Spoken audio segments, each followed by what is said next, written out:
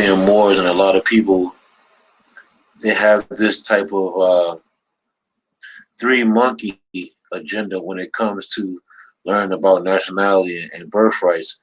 See no, hear no, speak no.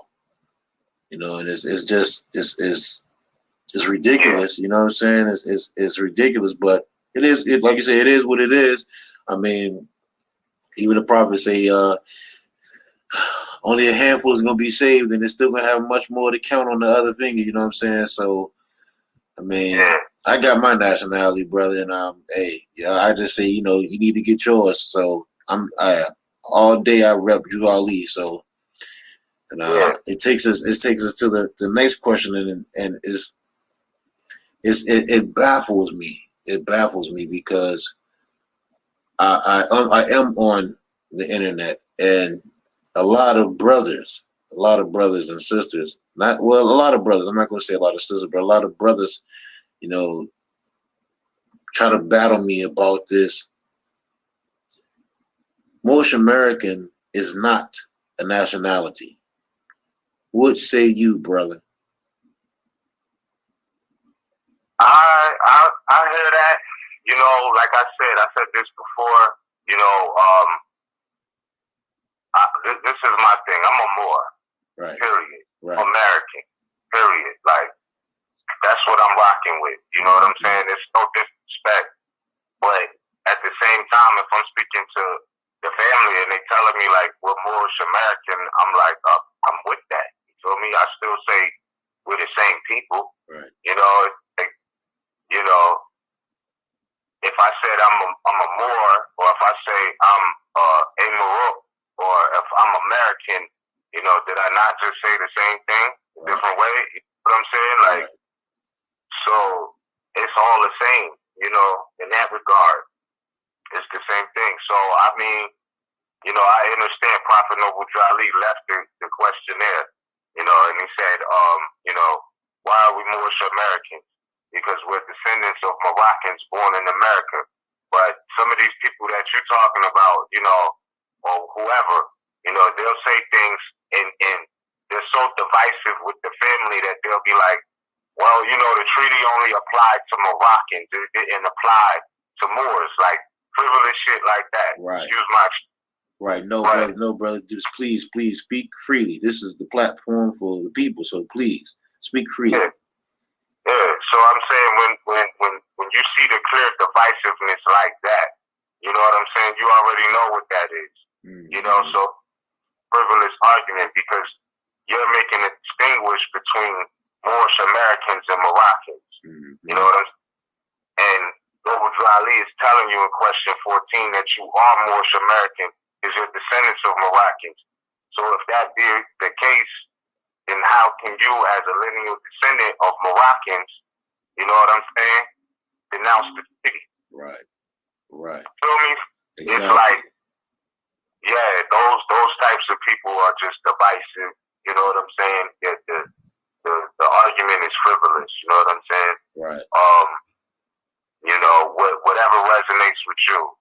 So, if I say I'm American, I don't mean that, we don't mean that we're pilgrims, no.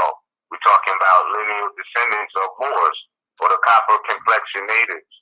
You know what I mean? Right. Bound on the by Europeans. That's the original application of the word. So, I could say that and be accurate. I could say, I'm a Moor and be accurate. I could say Moor Shakin. I could say, well, you know what? I'm a Moabite. What's up? You feel me? So, right. But the frivolous argument of, you're not a Moor. We're not Moors. We're Moorish Americans. Like, come on, bro. Stop playing games. You feel me? Like, right. And I just, pardon me. I mean, I just, like I say, I just bang their head with just American. You know what I'm saying? I don't even take it to the, Moors, which I can, but I just take it back. Look at your dictionary before 1930, and before they took the definition of true American out. And what is that? Yeah, you know what I mean? So when you have the reference points, because a lot of these people, they're not studying, bro. It's like their whole thing is you know, they got the King James version of the Bible, and somebody might have another version of the Bible, and you know, it's disputing about frivolous things. Mm-hmm. You know what so that's I don't know, bro. I just see that whole thing as divisive, you know. Right. But you're absolutely correct. You could just bang him with American, rebut that. You feel me? Right.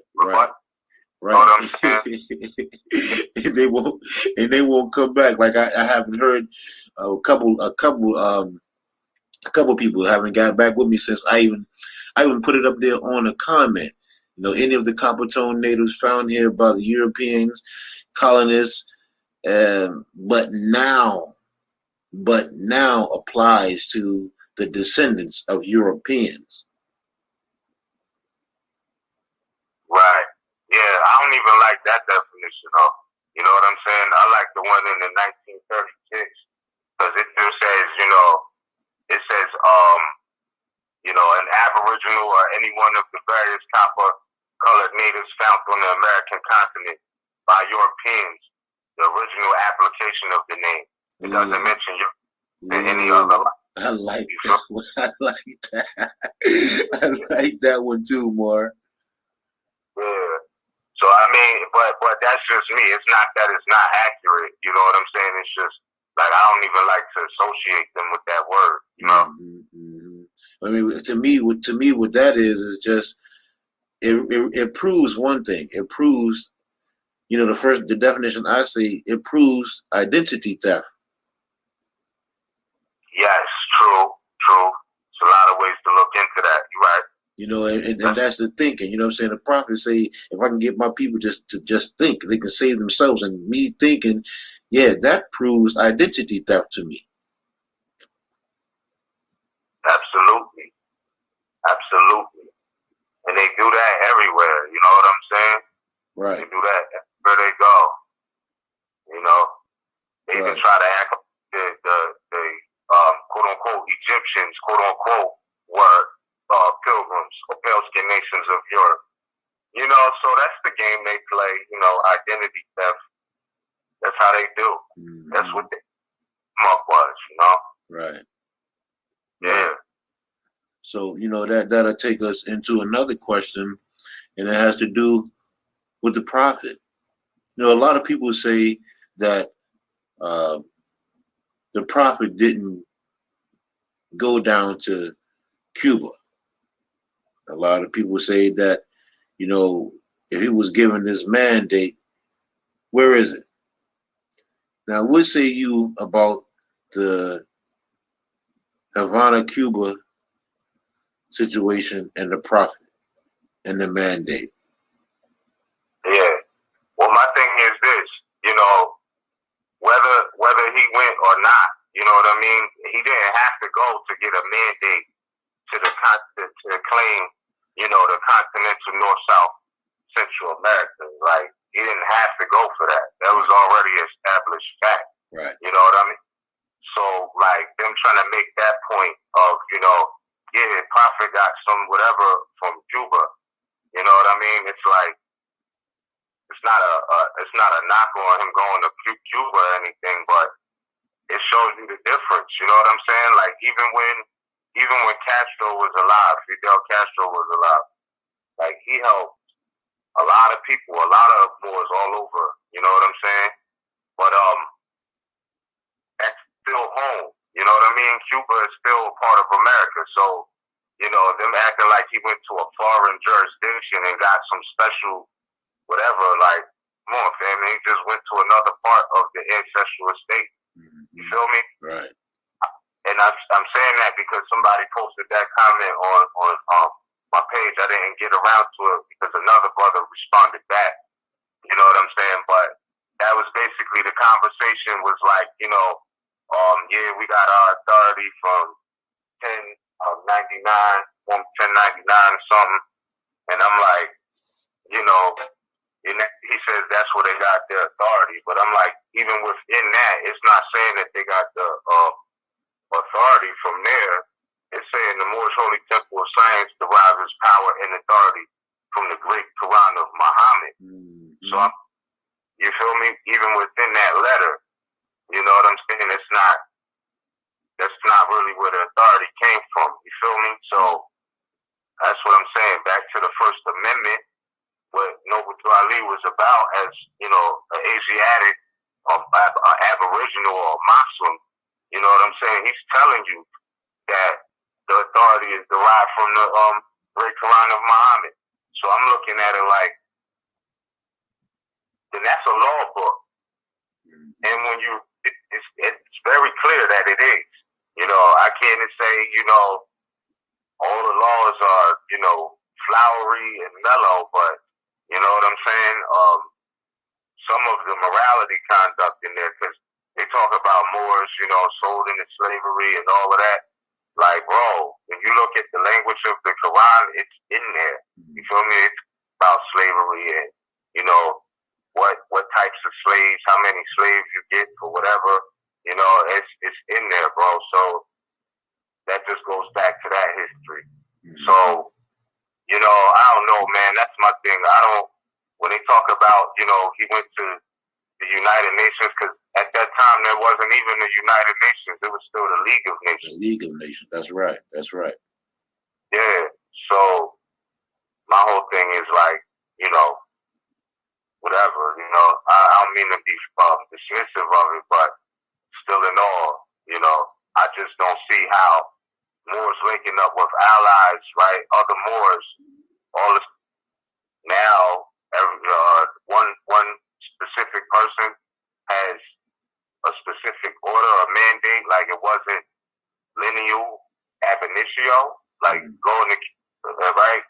So, you know, going to Cuba and getting a mandate, you know, I don't know, man. I just don't know how that would actually be the thing that be like to put over the top, like, oh yeah, now this is yours. You know what I'm saying? Like, I don't see that.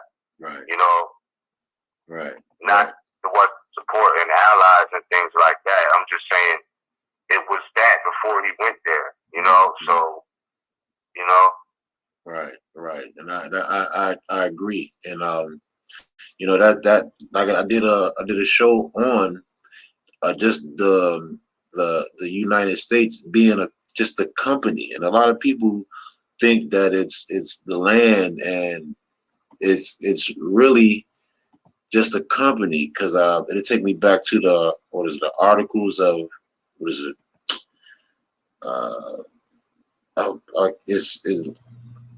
it's not on my mind right now, but I did a show some time back. I think it's the Articles of Incorporation, I think it is, where the last time, say again. Articles of Association. Yes.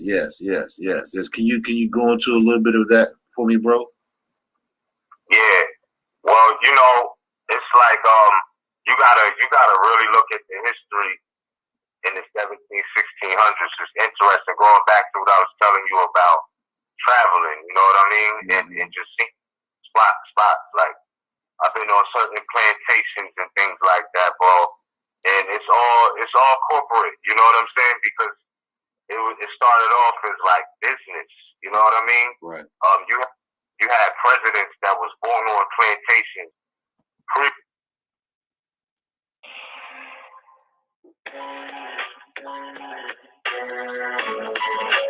More lives matter. It seems like black lives don't matter.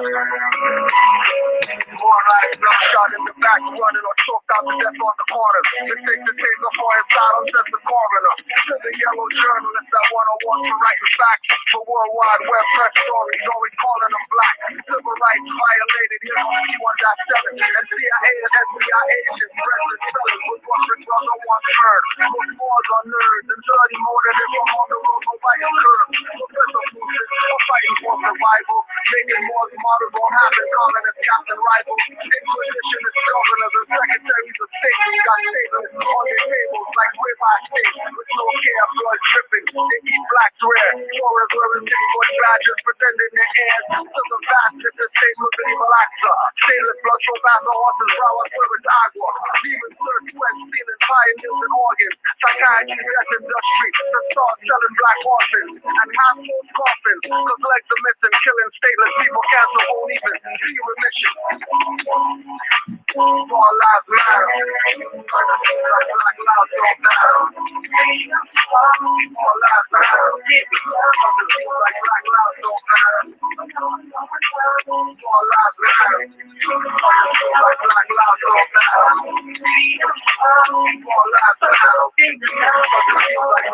don't matter. What system? Not gonna make myself no victim. Run down and kick them off, educate myself and flip them. All those these titles of nationality strips them. Must drink reality in order to really grip them in this third dimensional fusion. Organized chaos confusion. Seeking your protection. Mental intrusion. Universal law, declaration of the ancient. I self-law and master. From the rooftop to the basement. Roof deep to the spaceship. Ever since all created. Celestial foundation. Ocean floor to the ranges. To the mountain dip. To the cosmic infinite. Basically we are way above this shit. In other words, get in tune with spirit. Take a breath and accept mental polarities in the rhythm. Correspondence, vibration, cause and effect. All lives matter. Black lives don't matter. All lives matter. Black lives don't matter. All lives matter. Black lives don't matter. All lives matter. Black lives don't matter. More lives matter. I'm thinking on sound up. It gets protected, but protected with the last off. If I respected one direction to replay, all the moves that one replay, so they want to catch off. Hurry them on to the next one. No put them on running down. You tell my cat cross, chocolate for coming down, chocolate for God, straight on, like a brown, that's for the back off. The afterlife, visited the class wrong. Who they really want to see? The crown on high and the cars on free. I am free and your numbers is what your land or your country to see. Your inalienable right. The insatiable delight of knowing thyself. Bringing all injustice to light. What the fight is your climate, your fight for the bright. I'm the fight in the night. More time for you to realize that. All lives matter. Black lives don't matter. All lives matter. Black lives don't matter. All lives matter. Black lives don't matter. All lives matter. Black lives don't matter.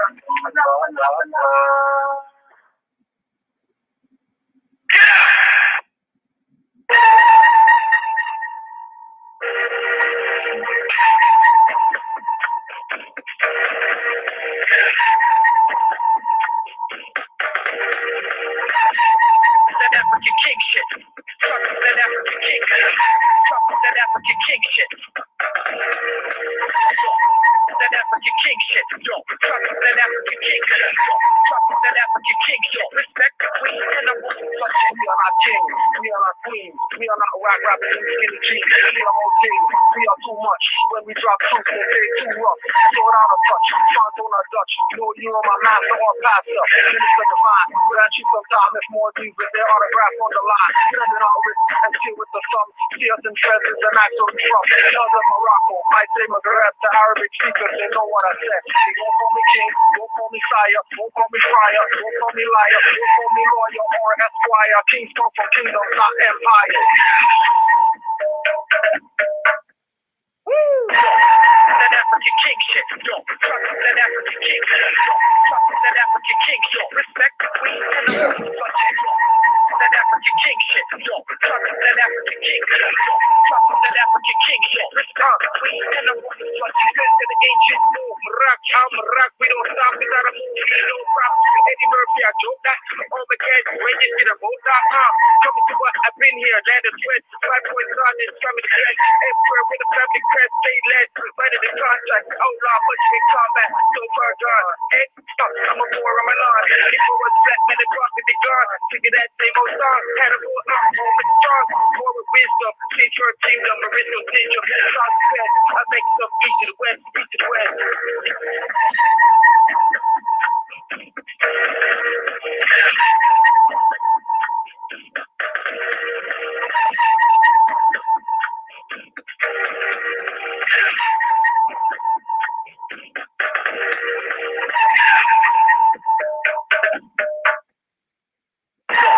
That African king shit, yo. That African king shit, yo.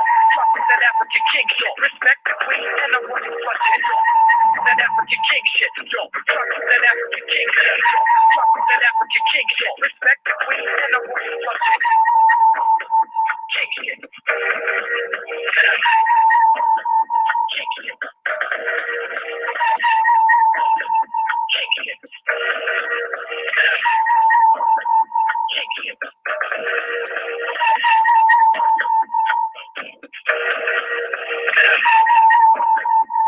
Respect the queen and the one who flush it, yo. That African king shit, yo. That African king shit, yo. That African king shit. Respect the queen and the one who flush it, yo. That African king shit, yo. That African king shit, yo. That African king shit. Respect the queen and the one who flush it.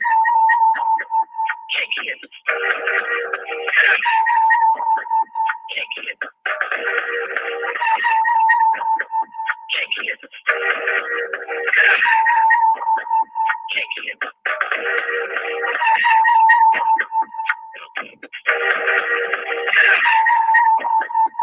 Respect the queen and the one who flush it.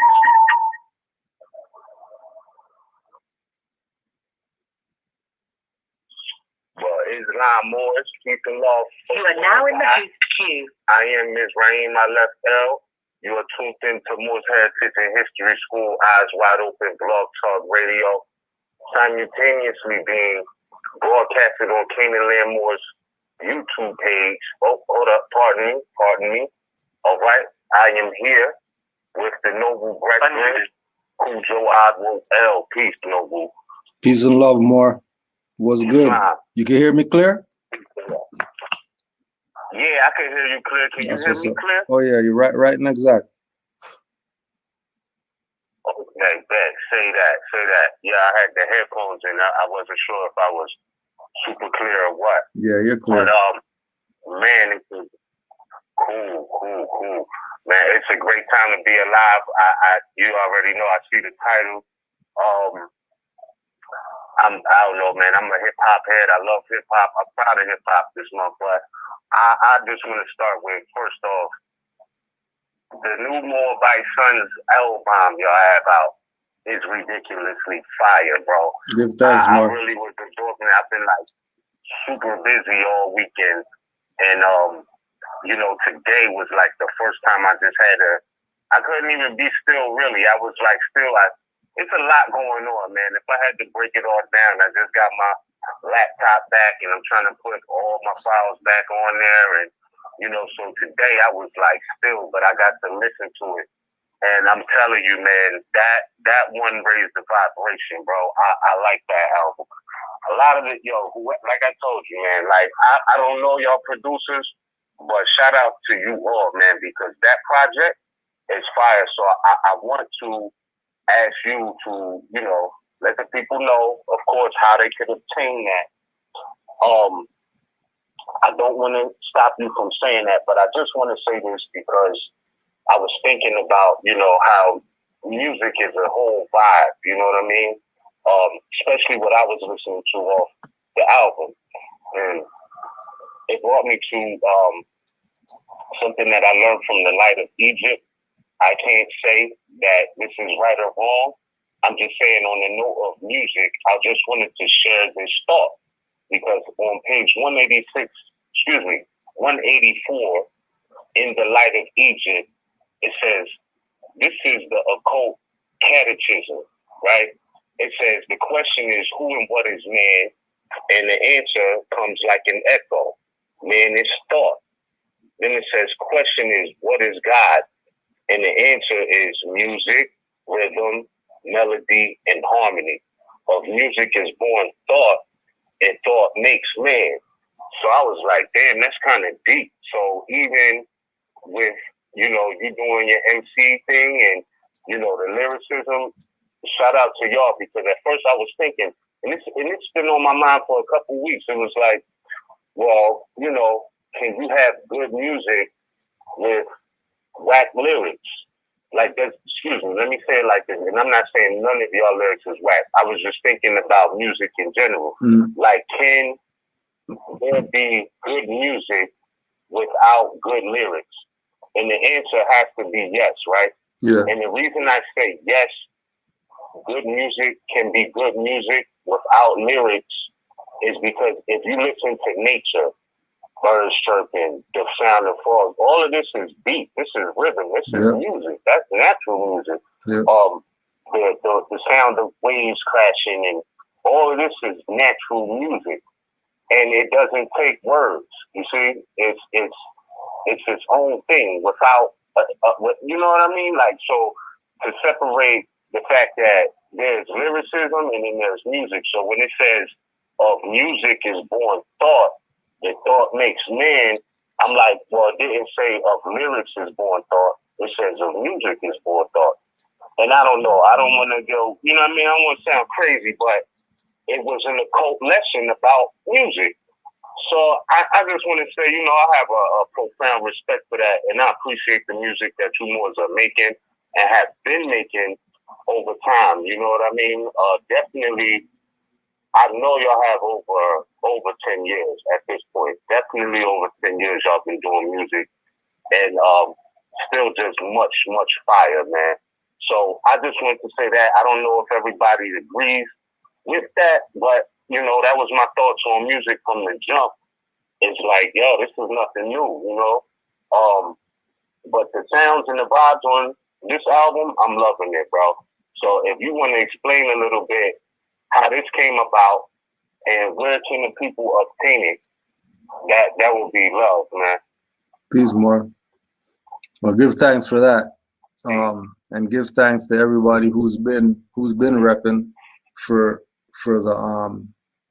the hip hop paradigm shift that we know we started these ripples, on a certain level with regard to Moors speaking up in hip hop music, because we all know that it's all one thing, whether it's gangster, whether it's whatever, it's all one thing. The brother Exodus Bay is the brother who used to do the Feed the Hungry stuff out here. And from him doing that, it showed his humanitarianism. You know what I mean? His looking at the bigger picture. So a few albums back, I did some tracks with him. He put me on some songs, on some work that he did. And from the songs that we did, I saw that it was a good mesh. But really what kicked it off was the Hellfire and the Mordians, because the Mordians and the Hellfire were sort of like a rebirth, because the Wow was really, that was it. I'm gonna just jump on here, spit some verses, and I'm done with albums. You know what I mean? I put in my 7. I put in my 7 albums to the Moorish movement, so I'm good. But the Mordians sparked something that we could probably still do this, but instead of doing solo, just branch out and see who's game to put out some stuff. So, we got also another Moor out here. I got on some stuff that he was working on. Brother KTS, we just shot something for album that he has coming out called Street Shaman, which is basically all the old school heads from out here who are still around. You could look up Brass Tacks and GCP, to see that people are making, went from Dumb Nigger to to making it to here now, where we're talking about something with content. So after Mordians, and then Kasir and I did the Hellfire, this just seemed like the next best one, you know. So we went through the beat thing, sending beats back and forth or whatever like that. Send him 4, he sent me 3, send him to whatever like that. We like this one, we like this one, we like this one. All right, that one, and then started writing. Put it to record. Did everything online. So, you know, just sending vocals to engineers and them doing what they do on the tracks. But yeah, and then once we said we're gonna do it, you know, it was done before it even started. Just like Hellfire, you know, just like Mordians, it was already done. You know, and it's like you're saying, it's the next step. You know what I mean? You know, we're going up the other side now. Like we went up and went down the other side. Now we're going back up. So WoW was you know, the last step. So going up on the other side now, Mordians, Hellfire, Moabite Sons, and see wherever it goes after that. But it was good to be in that element again. Like you're saying, this is not this is something connected to Allah. You know, this is not just some go to the studio, lay down something. You know, there's divine intervention with this. That's why the website is Will of Allah, because it's really not I want to rhyme. You know what I mean? It's beyond I want to rhyme. There's something about this element, you know what I mean, of all the genres. You know, the hip hop genre hit different than all the other ones. Because we can listen to all the other ones. We listen to Aerosmith and Iron Maiden and all that. You know what I mean? Because every piece of music is connected. You know, if they could use some heavy metal to push their Satanism or whatever, their occult teachings, if you could put on certain slow songs and she's getting in the mood just because of the song, you know the power of music. You know the power of music. You know the power of and when you were talking about the birds chirping and the water and all that stuff, as you're talking about it, I'm hearing it, right? I'm hearing it going. And then while all that's going on, I moved my foot and that made a noise. And I was like, oh, damn, that's music. So then you move the chair, that's music. And then you know, prop the pillow and shake the sheet out, that's music. You know what I mean? And that creak you get on the door, that's music. And then if you really check it, everything, you know, the bus just passing by, that's music.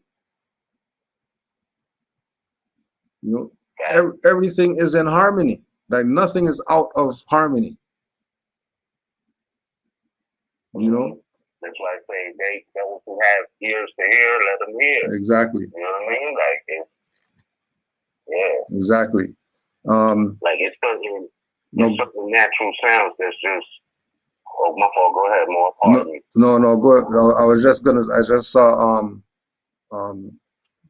the chat and they asked about the title of the thing just before you go there. So all that was brother Exodus, right?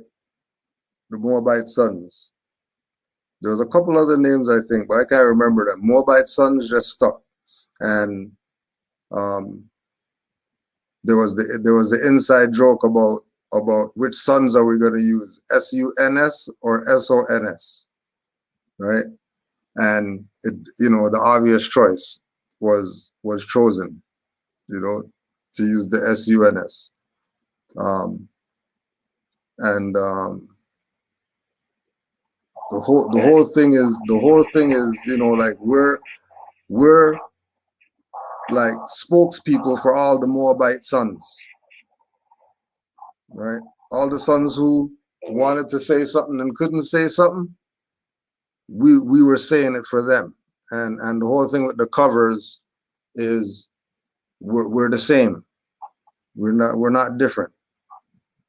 You know what I mean? We're all sons. There ain't gonna be anything else. Stop trying. You know, be a good son.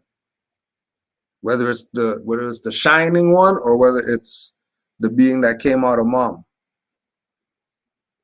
You know, and the best son you could be is a Moabite son. You can't be a better son than that. You know. But yeah, that was the whole that was part of the thing with the cover. Facts. That's dope, man. That is dope. So yeah, I mean, and it's funny. I was telling you, like, man, I'm just, you know, from everything this month with hip hop, and then the known or proclaimed so-called born day of hip hop was August 11th. Yeah. So it was just making so much sense. Like this whole month been just fire with hip hop. Yeah. From the verses with the locks and the dips to Nas project. My gosh, I gotta say, man, I love that song with him and Lauryn Hill, man. That I did, hold on, did you hear that? No. Let me try to tell you this. That was Okay. I Ruled the World Part 2. Yeah, basically. That was the same thing that we're talking about. That was the next level. They went down the other side. Now they're coming up on this side now. After all the stuff that she been through, after all the stuff that he been through, these two artists could recreate in a new era of time the thing that made us If I Rule the World. When that came on, bro, place went nuts when that came on. Facts. You know what I mean? So it's one of those things that the new people could witness it. You know what I mean? The new people could witness it. You know, it's like with the ball. You know what I mean? The people could witness Shaquille O'Neal in this time through Giannis.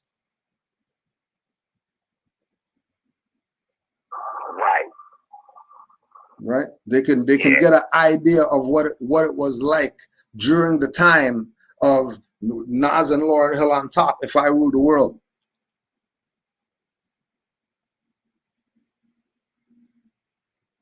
You know what I mean? But yeah, I didn't. I put that on record too. No, go ahead, Moore. Just for the record, Nas is definitely another Moorish MC too. Yeah, so for sure. That's even more dope. For sure. Yeah, and for Lauryn sure. Hill was dropping more science back since the miseducation of Lauryn Hill. Yeah. Real talk. I just wanted to say that for the record. Yeah. And for the record, even since Fuji's. So yeah, it's this is not some new stuff for all you tight pants people who think this is your stuff. This is not your stuff. This is old school stuff in a new age. Right?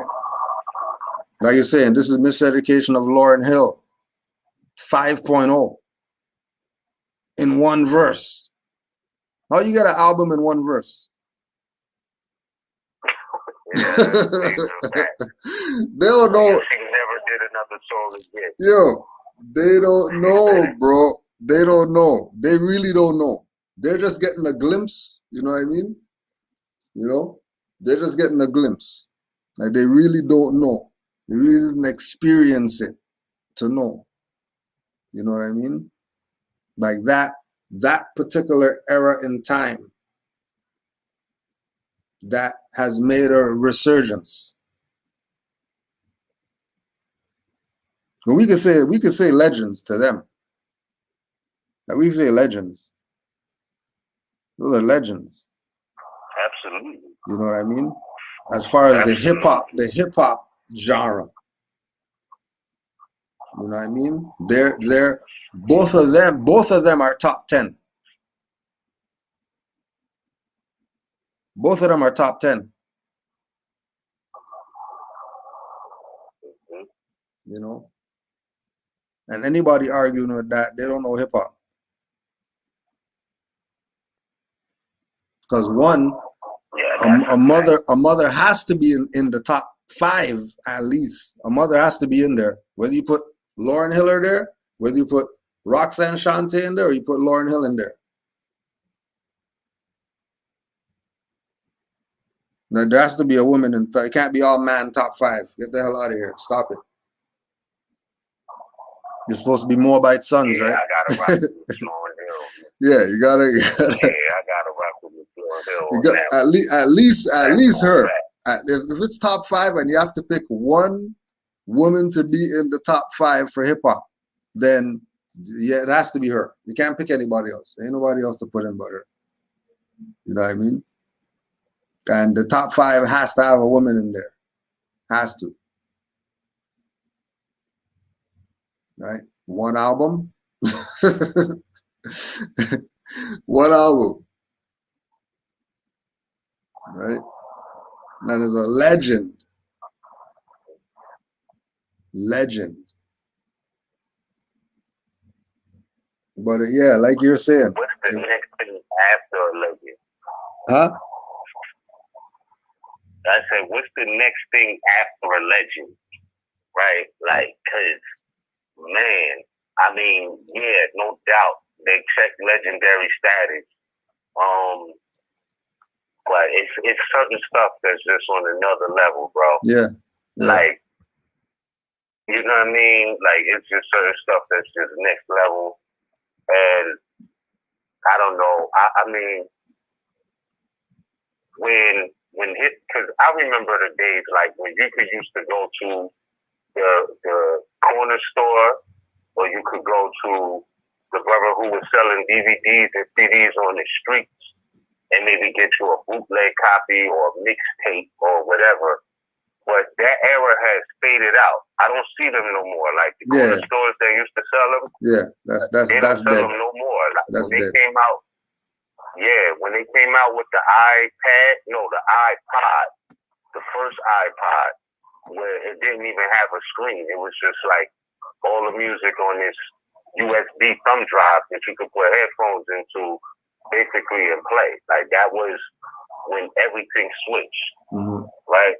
So I'm like, a lot of the new quote unquote music, I kind of couldn't stay up on it because at that point I was just like, well, I know the artists I rock with. I'm gonna look out for their projects. I can't keep up with everybody, right? Like, but that's how you used to be able to keep up was through the mixtapes, whether they be the Big Mike mixtapes, the DJ Clues, Who Kid, whatever. Like, you know what I mean? K Slay. Like, this is where you got introduced to new music, and then everything went digital. And I'm just saying, you know, there was an era where when that shit happened, I would say about 08, 09, maybe 2010 was about like the end of the, you know what I mean, CD in the store street eras. Like there's some places now in different malls, like they don't even have record stores no more. Like you can't even go in and buy the CD no more. Like those stores don't even exist no more. And everything is digital now. You know what I mean? And so it's like when that shit was happening, Nas was one of the MCs who kind of made me still feel like, okay, well, there's still some hip hop out here, because when he dropped that album called Untitled, with the scars on his back, and, you know what I mean? You know what I'm talking about. He was dropping more science on that, and I'm like, oh, okay, like, oh, we okay. That to me was like, all right, somebody just took hip hop or lyricism and music to a whole nother conscious level. Yeah. Like, not saying he wasn't conscious, but that one right there, Yeah. we knew it was just a whole new era. Like, you know what I mean? Because this is when Barack was first getting in office. Nas was saying what everybody wanted to say on that album. Yeah. And it was like, man. And then you see the brother finally come out and say he's a Moor, etc. You know what I mean? It was just like, okay, yeah, we've seen that coming. This is why we always resonated with that level of lyricism. Because, you know, like, you know how they say, well, you know, a man, you could tell a man or a woman through their language in a sense. Like, the stuff Nas been saying, we knew he was next level consciousness in a certain regard. You know what I'm saying? Yeah, like, without the question. concept of the song, Yeah. and all of that. Without question. Yeah. Yeah. You know what I mean? So you could tell, like, so it wasn't really a surprise when, you know, he came out with the Moorish merch and all of that. It was like, oh, okay. Yeah. That makes sense. That definitely makes sense. Yeah, for sure. So, on that note, man, I'm just, like I said, man, we haven't been flooded with, they got Spotify and all of this now, but you got to sit there and listen through, you know, some certain MCs, or you can pick a specific MC you want to hear their songs or whatever, but, you know, it's like certain artists you know you could count on, certain lyricism and music, you like, yo, I knew I could count on this to come through. Right. But that's how it is now. But before, it was like you had to listen to the mixtape to get put on to the new artists. If they wasn't on the mixtape, then they wasn't really popping like that at that time. Right. You know what I mean? And then, you know, so to see the transition in, because there was always, quote, conscious rappers, you know, or thought-provoking rappers or lyricists. But now there's so much information out that we could get them all by sons, and it's like, damn, somebody is finally saying it the way that we need to hear it. You know what I'm saying? Yeah. You get a Nas and a Lauren, and they speaking their piece, and we all feeling the same way. It's like, damn. So music is real. Yeah. Because if this person could say exactly what I was thinking, right? Like, without me ever talking to this person, that's how you know it's a universal mind bank that is real, for real. Yeah. You know? So, yeah, man, I just, again, salute y'all for the music. And just man. to stress that really point, good. to stress that point too, that with the Wow album, there was a lot of that, because all these different artists coming together, you just get a beat, here's the title, and then everybody comes together and the verses are exactly how they're supposed to sound. You know what I mean? You know, all the gaps being filled by everybody just being able to express themselves. You know, but just as you said, that being able to listen to something and they're telling you what you were thinking. You know, it's a bit trippy. It's a bit trippy. Yeah. You know, just showing the intricate connectivity between everything that's vibrating on a certain frequency. You know what I mean? You know, like, it was crazy to me for you know, Nori to say Noble Drew Ali and something. You know what I mean? Right. Like he said it. If he said it, then oh my gosh, this stuff must be real. You know what I mean? If Nori could say it, and they got drink champs drinking 8 a.m. and all that stuff, then I must be onto something. You know what I mean? Must be onto something. You know what I mean? If they could murder Pac right when he's doing the One Nation whatever, and then he's bringing in like nice and smooth and boot camp and all of this, you know what I mean? talking about members should name themselves Noble Drew Ali and all that. Like, come on. Come on. Oh yeah, really? Yeah, one of those outlaw dudes. Oh yeah. Yeah. No, those brothers are from so-called New Art, so that kind of makes I can see that. Yeah. Yeah, I can You know what I definitely see mean? that. One of them was supposed to be named Noble Drew Ali. You know? Like if certain people could say it, you know what I mean? If certain people could say it, especially Noble Drew Ali, you know what I mean? Especially Noble Drew Ali. Right?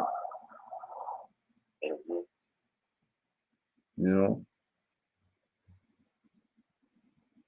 Once that name is being said in the songs, it takes it to a different level, like you're saying. Yeah, no doubt. That's a major fact. And that's what I wanted to, another part I wanted to ask you about and highlight on this album, right? Like, there's a clip of Lord Z, or the baller that we've known, you know, as a legend of the NBA, Isaiah Thomas. Mm-hmm.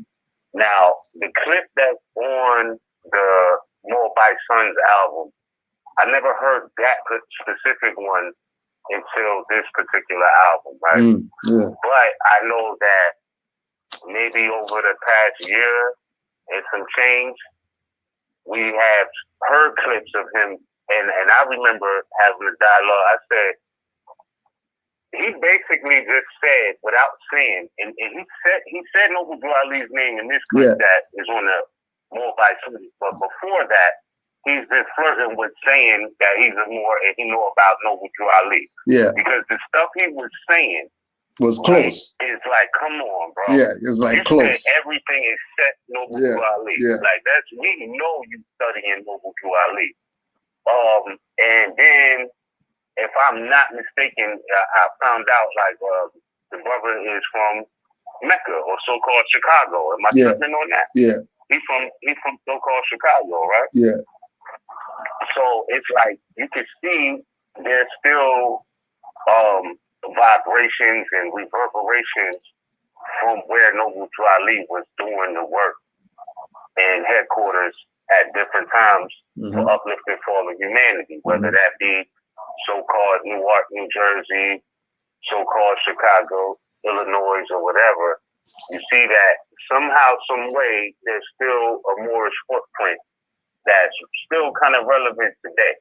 You know what I mean? Whether that be through the artwork and murals and different places in so-called Newark, and you know, you see the Moorish paintings, the Moorish woman on the buildings and all of that. Like, it's a lot. You know what I mean? So it's like, for those who know, they know that Noble Drew Ali's legacy is definitely still alive. And it's not surprising now, because I don't want to say it's just this city or that city or this state and that state. It's like everywhere across the planet now, especially North, South, Central America, everybody done heard of Moors, whether that be in a positive light or negative light. Everybody is somewhat have heard of Moors before at this point in life. You know, some people haven't, but majority of the populace has heard about Moors before, whether that was good, bad, or otherwise. So, excuse me. I just find that interesting that, you know, the reverberations are still real. The energy is still out there. So I appreciate the fact that clip of Isaiah Thomas was on there, and to see he from Mecca, it's like, oh, okay, it definitely makes sense, because he's been trying to say it for the past year at least. That's why it made it on. That's why it made it on, yo, because he was tiptoeing around it. A few times he tiptoed around it, you know what I mean? And to hear him actually say it, you know what I mean? Because I was never no Isaiah fan like that. to be honest, you know, MJ all day, you know. But to hear him say that, that boosted him up past MJ. As far as ball reference. Yeah.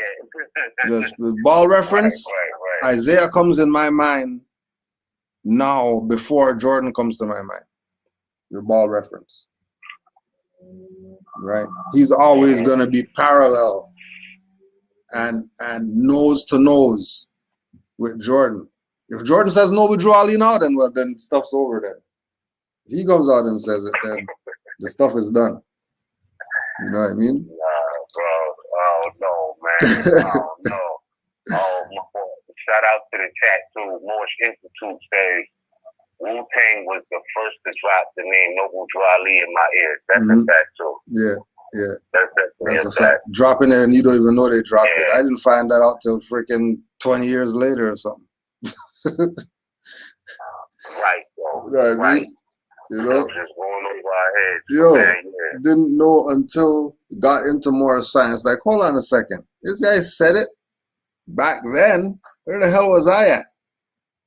Let me just see if I know this verse. Doing the verse, doing the verse, doing the verse, doing the verse, saying it over and over and over. Like, yo, how the hell, what kind of witchcraft are these people doing that it's really went over the head for all these years?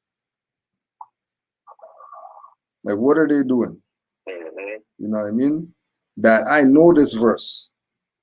And I said Noble Drew Ali every time reciting this, whether it's at the club, whether at the boys' house, whether by myself. And nothing clicked to go check. Noble Drew Ali, what the hell is that? What is that? What is, who is he talking about? Everything else made sense, but that just was a blowover. It's crazy. It's crazy how it works. You know, nothing before its time. Nothing before its time. Yeah. Shout out to brother Is Bay and RH Salim Bay. Is Bay says, Islam, I must be old. Nobody gonna mention Napster. FTP services. Yo, I almost forgot about that. Napster. LimeWire, all of that. Napster. Yo, that's crazy. That is, but look, yeah, remember that?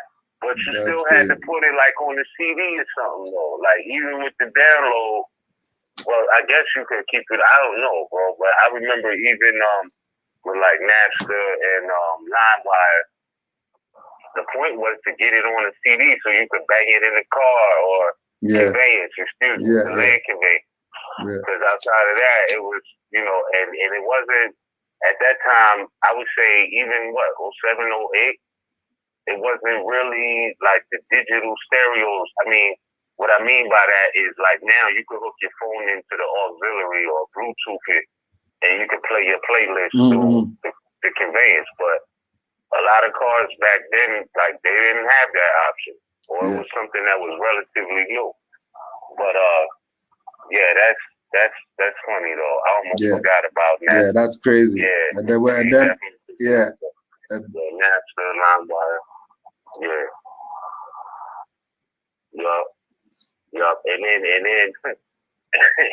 then it got to a point where it was like you would be downloading the song and they always had that Bill Clinton clip where he says, I did not have sexual relations. Download the song without that. Bill Clinton then took over that for real. Like you try to go download a song. You swear you downloading a song and it's just this clip of him denying the allegation. Yeah. Wow, which don't want to get off this topic of music, but on that note, I've heard about the allegations with Polite. You know, I'm not playing judge, jury, or executioner, but you know, it definitely sounds savage. I don't know. I'm not trying to. I don't know what's going on except the allegations, but I will say this, and I said this before. You know, as grown adult men or males. Like, you have to understand, like, yo, there's really no reason. Like, I don't see one. I might be wrong. I'm not saying we shouldn't love the youth or nothing like that, but I'm talking about not in no weird ass way. I'm talking about, like, there's no reason that any grown man should be around children that is not his own without the parents being there or without his own children or being involved. You know what I'm saying? And whatever's going on with somebody else's minor age child.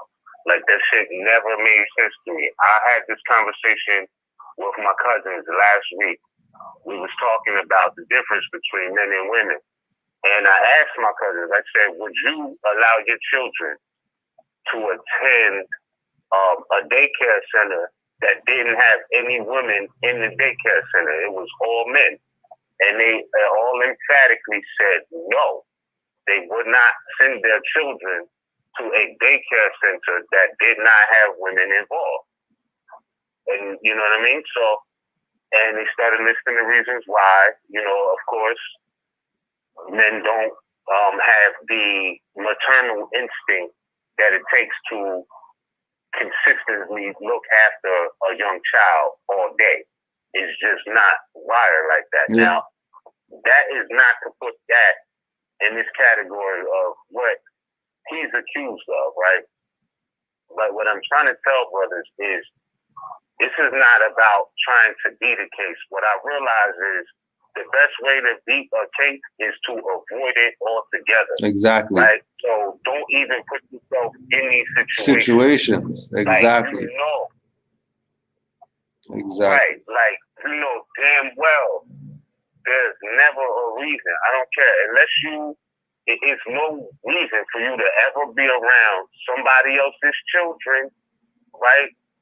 Without witnesses, chaperones, and, you know, like, so that's why I say, like, watch these people who pop up talking about, you know, they here and they want to help uplift the youth and the children. You know, you really got to question, what is your motives, though? Like, why are you so focused on the children? You better be not questioning. your own? I'm not saying it's not a noble cause. I'm not saying it's not a noble cause, but you have to discern this, right? Because there's been many solid brothers, you know what I'm saying, who dealt with the youth, but their help always came in the form of a collective. There was never nothing private. You understand what I'm saying? And what I mean by that is that you got football coaches that impact the youth in ways for life. But every time they're making an impact on the youth, right, there's witnesses around. So everybody can clearly see that this is no funny business, right? Yeah. Basketball coaches, little league coaches, right? They never put themselves in this position that is questionable. Yeah. And I'm just saying, for the brothers and sisters, like, please really think about who you're leaving your child with unattended by you, right? Like, anybody talking about, and I'm not, you know, because we had, when we was coming up, we had, our parents kind of had like a community network. So they know, like, if they sent their child over to come kick it with me, or my mom sent me over to kick it with my friends when we was coming up, it was never an issue. We all stayed around the corner, and, you know, there was mothers involved. Everybody was good. Wasn't no funny shit going on. Yeah. You know what I'm saying? Yeah. But I just, it make me feel like, what's up with these brothers that want to be alone with the children? Like, why? You know what I mean? Put out some lessons, right? Let the parents review the lessons. And then, you know, if they like the lessons, you know what I mean? You work with the parents to teach the youth or whatever that may be. But I just never seen how grown men would like to be around children that are not, quote unquote, their own, because the situation and scenario is always questionable. What is your motives, bro? So, you know what I mean? I don't know what is going on with that really, But like I said, the best way to avoid these situations is to not put yourself in them ab initio. Yeah. Like, what was your interest in the first place, if that's the case? And then, of course, you know, they're saying there was drinks involved with a 14-year-old. None of that is solid, bro. Like, that's not, I don't know what's going on with that, but I'm just saying, brothers, like, sisters as well, please really consider who you're leaving your child with if you're not around. Don't, like, that's not cool. That's not okay. And brothers, I know, you know, people want to help and all of that, but you really got to consider, you know what I mean? Like, all of the elements, especially if you want some savage shit, you need to be isolated, period. But, I don't know. I just don't get how these situations accidentally, quote unquote, come about. You know what I mean? Like, that shit is weird as fuck to me. Pardon my language, but it is, bro. It is. That's some weird shit. That's why I'm like, yeah.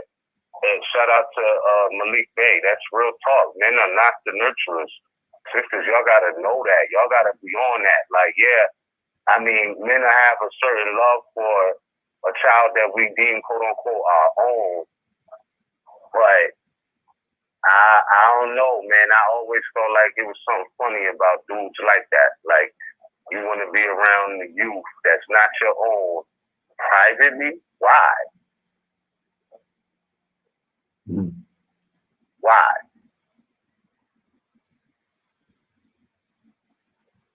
I don't know. Well, again, just like you're saying, the main point of the matter is being in that situation. How are you in that situation? Right?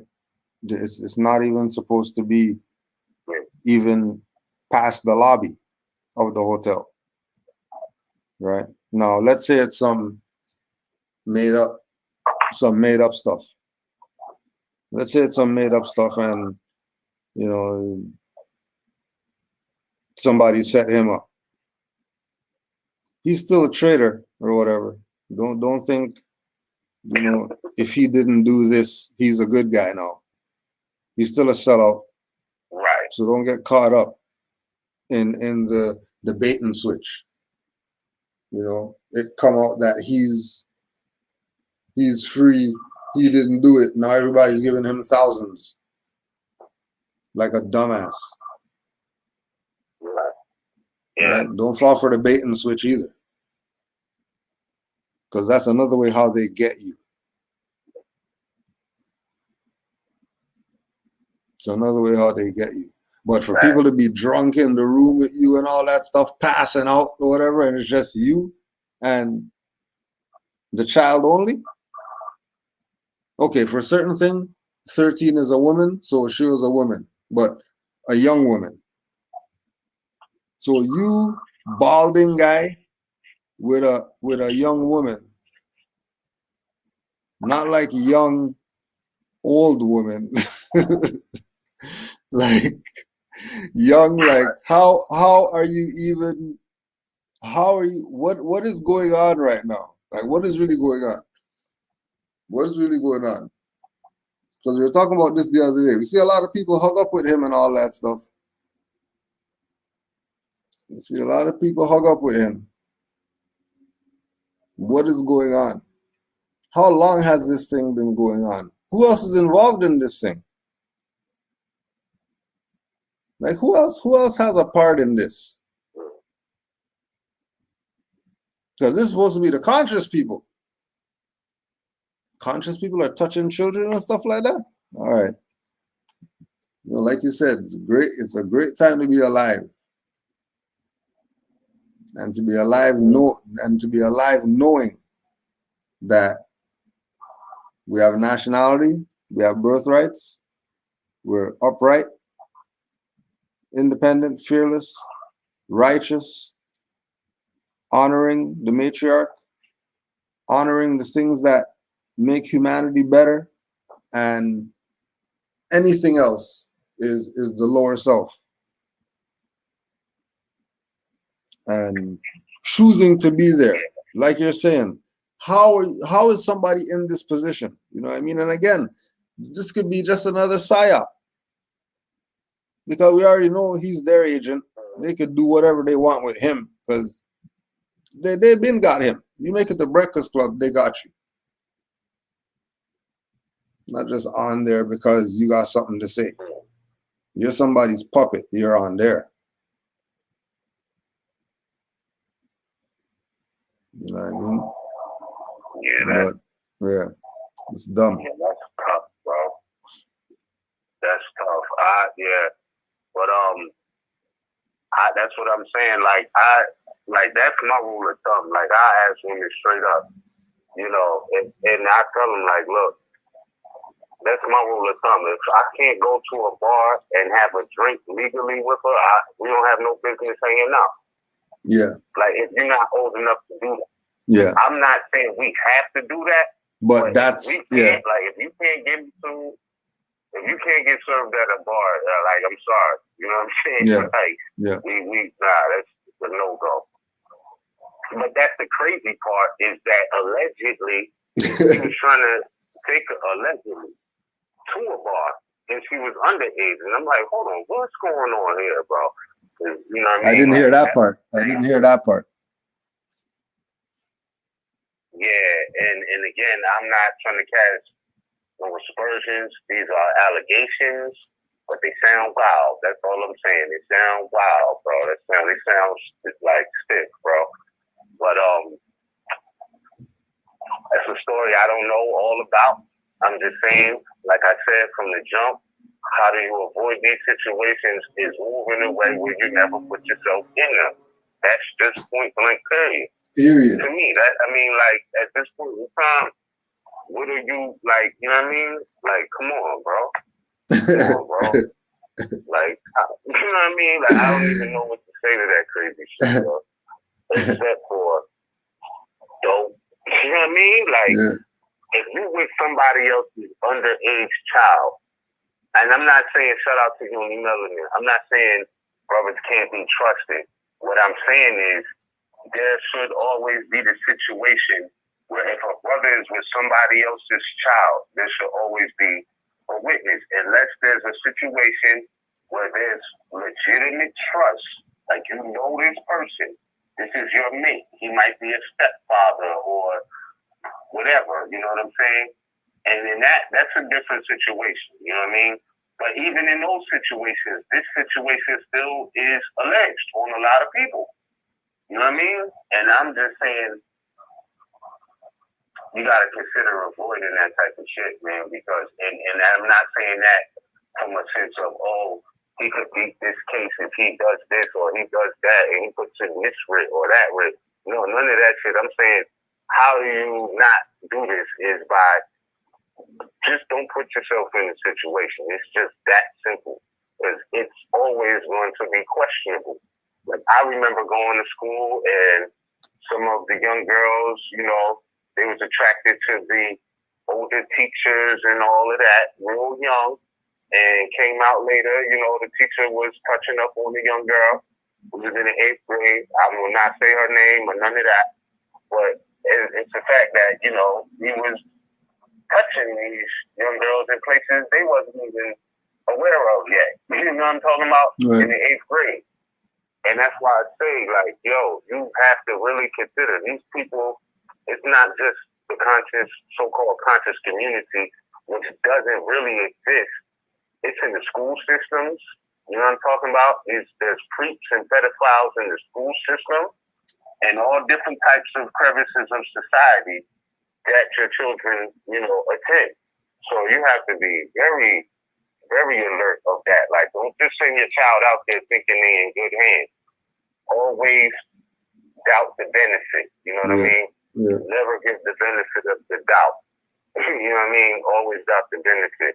So, you know what I mean? That situation is definitely going on, has been going on, and we know that to be a situation that is really true in the ills of society, right?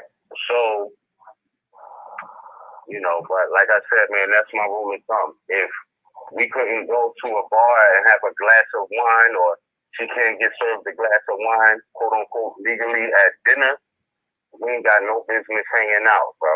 Yeah. And that's just it. You know what I mean? Like, that's just it. That's just it. And any private type of one-on-one setting, you know what I mean? That's where I'm at with it. Like,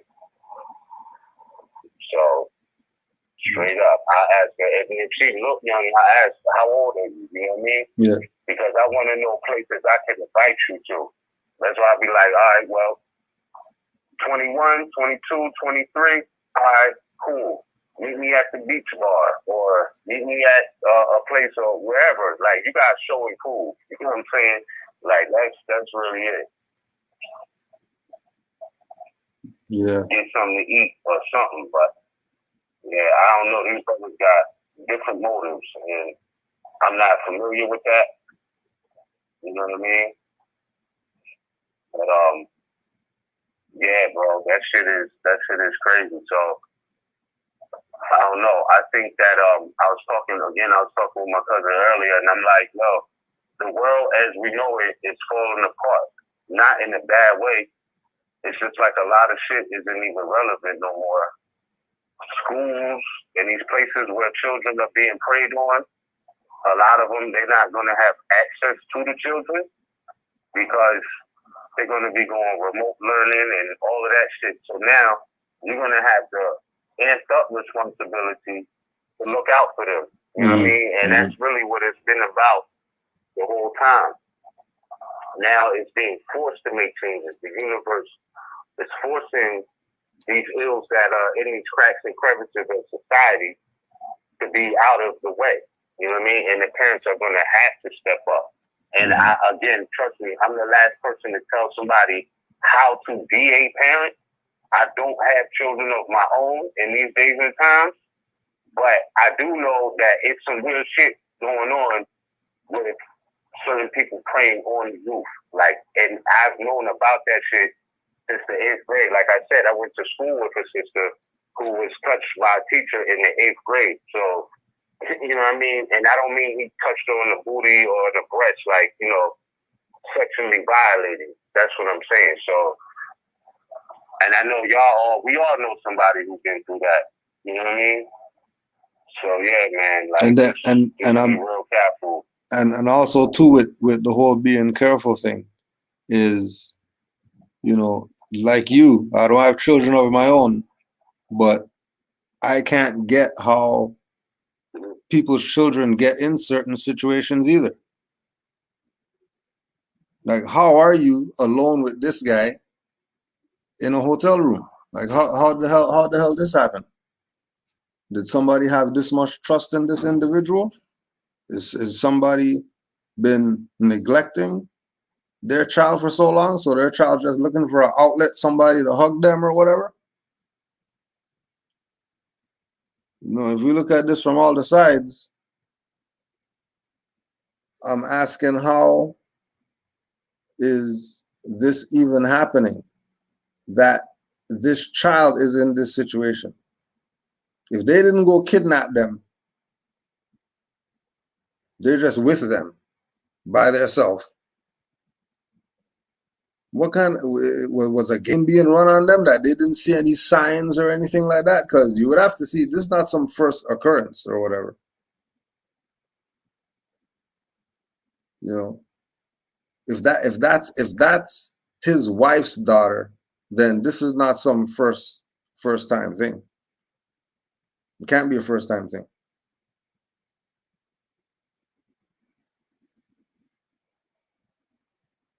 No. Because I don't, you know, it's just like they say with the certain things, like, you know, honors to the people who persevere and survive certain things relative to their children getting violated. Because I don't know. I don't know what I'll do in certain situations if it was involving children. Like, I don't know. Because I'm thinking that, you know, if that's the legacy and all that stuff, and you know, they're there's the air, then it's all about protect them at all costs, right? Because they're the ones who's gonna get the stuff after. You know, it has to be about protect them. Can't be about anything else. You know, it has nothing to do with me at this point. At that point, I'm useless. You know what I mean? Yeah, go ahead, Moor. But again, I think this is where certain principles have to come into play. Because again, this sickness or whatever is in many different nationalities, but different nationalities have more severe penalties. Like, ask the Boricuas, what is the penalty for this? Yeah. You know what I mean?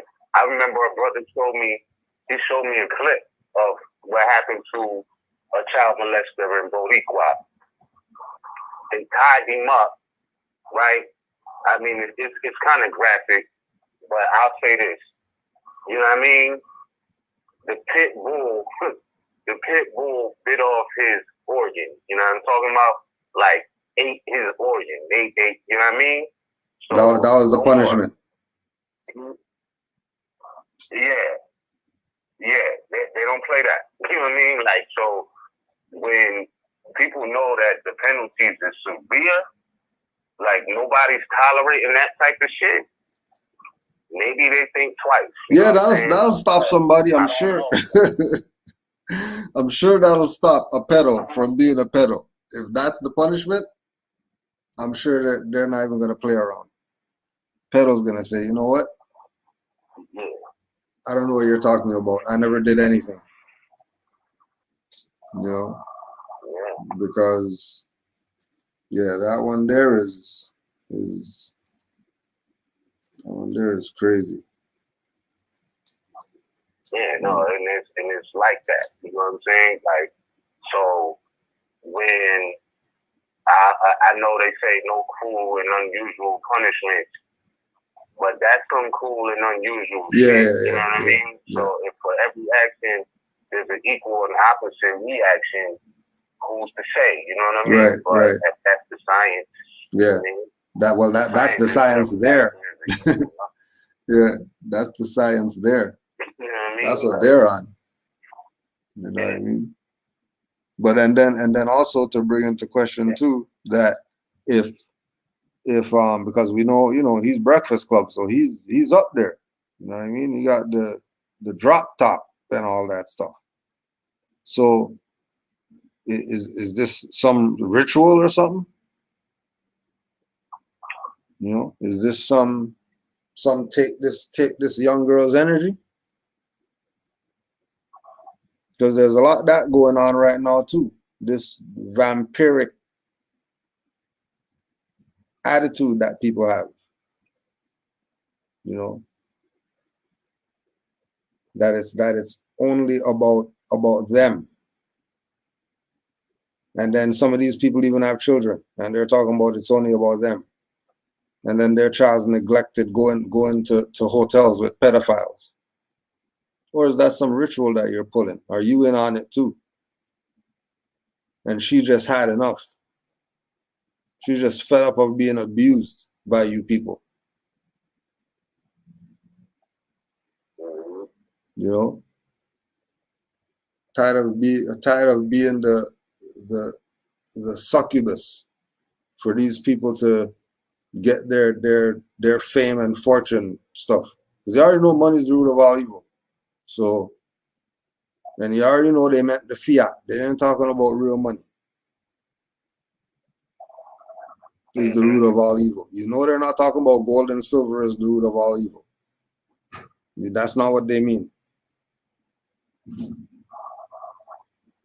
know, and these people chase that. Yeah, go ahead, Moor. No, it's funny you say that because I was talking to some young brothers in the community in Atlantic City, and that came up. It was a young brother. We was at the corner store, and we was just talking. I was asking him, you know, a few questions, and he was like, yeah, because he was I don't like to use the word rapper, but he had bars, you know what I'm saying? And he was doing his thing, but he was talking about how when I asked him, I said, "What you envision for yourself when you get older?" Because he was 17, and this was maybe about 4 years ago, and he was like, "By the time I get to this certain age, I want to have 100 dams." And he said, "No cap." That is the first time I heard this no cap shit. I'm like, okay. He's like, yeah, 100 games. No cap. Real cuz, tell you can learn from the youth with the lingos. But his man was like, yo, look, money isn't the root of all evil. He said the lack of it is. And that shit stuck with me. I was like, oh, okay. I like that perspective. But, so this is how the youth was thinking. They like, it's not really the money. It's the lack of it. The lack of it is going to have people plotting and planning and scheming on how to do lower self things to get it. And, you know what I'm saying? So, that's something to take into account too. Like, all right, well, maybe it's not itself a bad thing. Maybe the lack of it is. You know what I mean? Maybe not having an abundant mind state is, because even in these days, you hear people, they're like, oh, I want a high value mate, whether that be a male or a female. And, so that's why now I ask women straight up. I'm like, all right, what would you do with 1 acre of land? What would you do with 1 acre of land? 2 acres of land? All this high value shit, because we got the lessons, Money doesn't make the man. It's free natural standards that make the man. You know what I'm saying? So, if that's the case, if we're going to place our value on something that doesn't make us anyway, you know what I mean? Well, let's get to the natural aspect of this. If you want high value, what would you do with 2 or 3 acres of land? And a lot of them don't even know. They don't know. You know what I'm saying? Like, they don't even know. So I think that this value system is being placed on something artificial, right? So it's like you got to be in this matrix to be valued in that sense. You know what I mean? And to me, that's just crazy. I don't know, bro, but you know what I mean? So when it comes to, quote, money, yes, it has this function, but I don't know how you feel about that. The youth were saying it's not the money itself, it's the lack of it. You think that's right and exact, or you think that's a matter of perspective? I think there's more perspective. Because again, is he talking money connotative or denotative? The lack. Yeah, he's talking the greenback. Yeah. So they're talking about the stuff they can spend in the corner. Yeah, the stuff that So if you can get 1,000 bands, you could also not have it tomorrow, and that's not because you spent it. But the switch has never been flipped yet for people to really see that this paper is nothing. And like Drew Ali said, we passing 20s in the street because now that you don't have it, there's no lack of anything. Lack of it doesn't exist now. If it doesn't exist, lack of it now doesn't exist.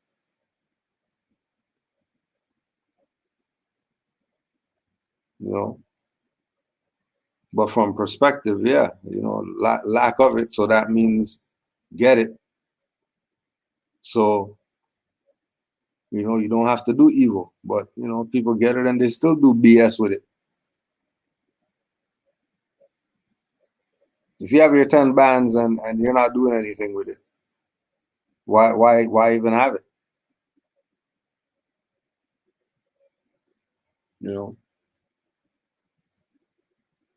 If you have 1 million and then don't have, 4 million in how much ever minutes or hours or years, then why even have the 1 million?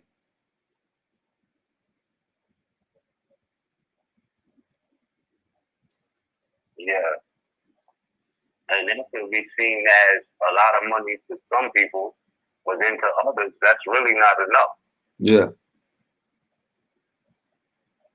Yeah. You know what I mean? Like with a million Federal Reserve notes, you could buy a nice big house, but if you're not keeping that coming in, you know, you can lose that same house in a matter of 5 years. So $1 million is, you know what I mean? Yeah. You might want to cut that to maybe get you like a $200,000 house or something like that. You know what I mean? Or something like that. You ain't gotta, because you got $1 million or $1 million Federal Reserve notes, doesn't mean you need a $600,000 house. You don't need that. You know what I mean? Like, you might want to break that down into, all right, maybe 200,000.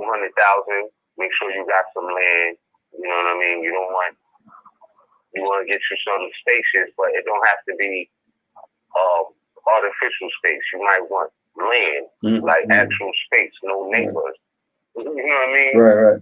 Something you can make more money off of, whether that be farmland. You know what I mean? You grow food off the land and make more money because you get a house now.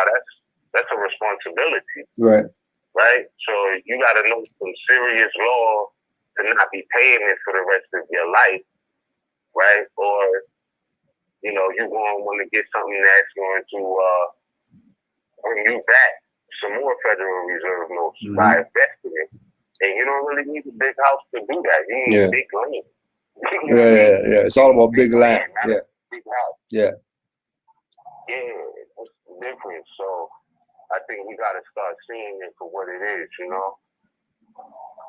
Yeah. You know what I mean? So, straight up. I mean, there's nothing wrong with these things. Don't get me wrong. But nothing wrong with bands. Like you said, if you're going to have a band, yeah.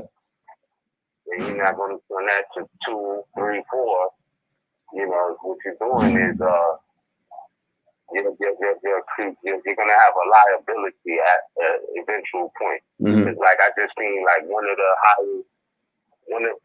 most expensive houses in so-called New Jersey is like $7.9 million.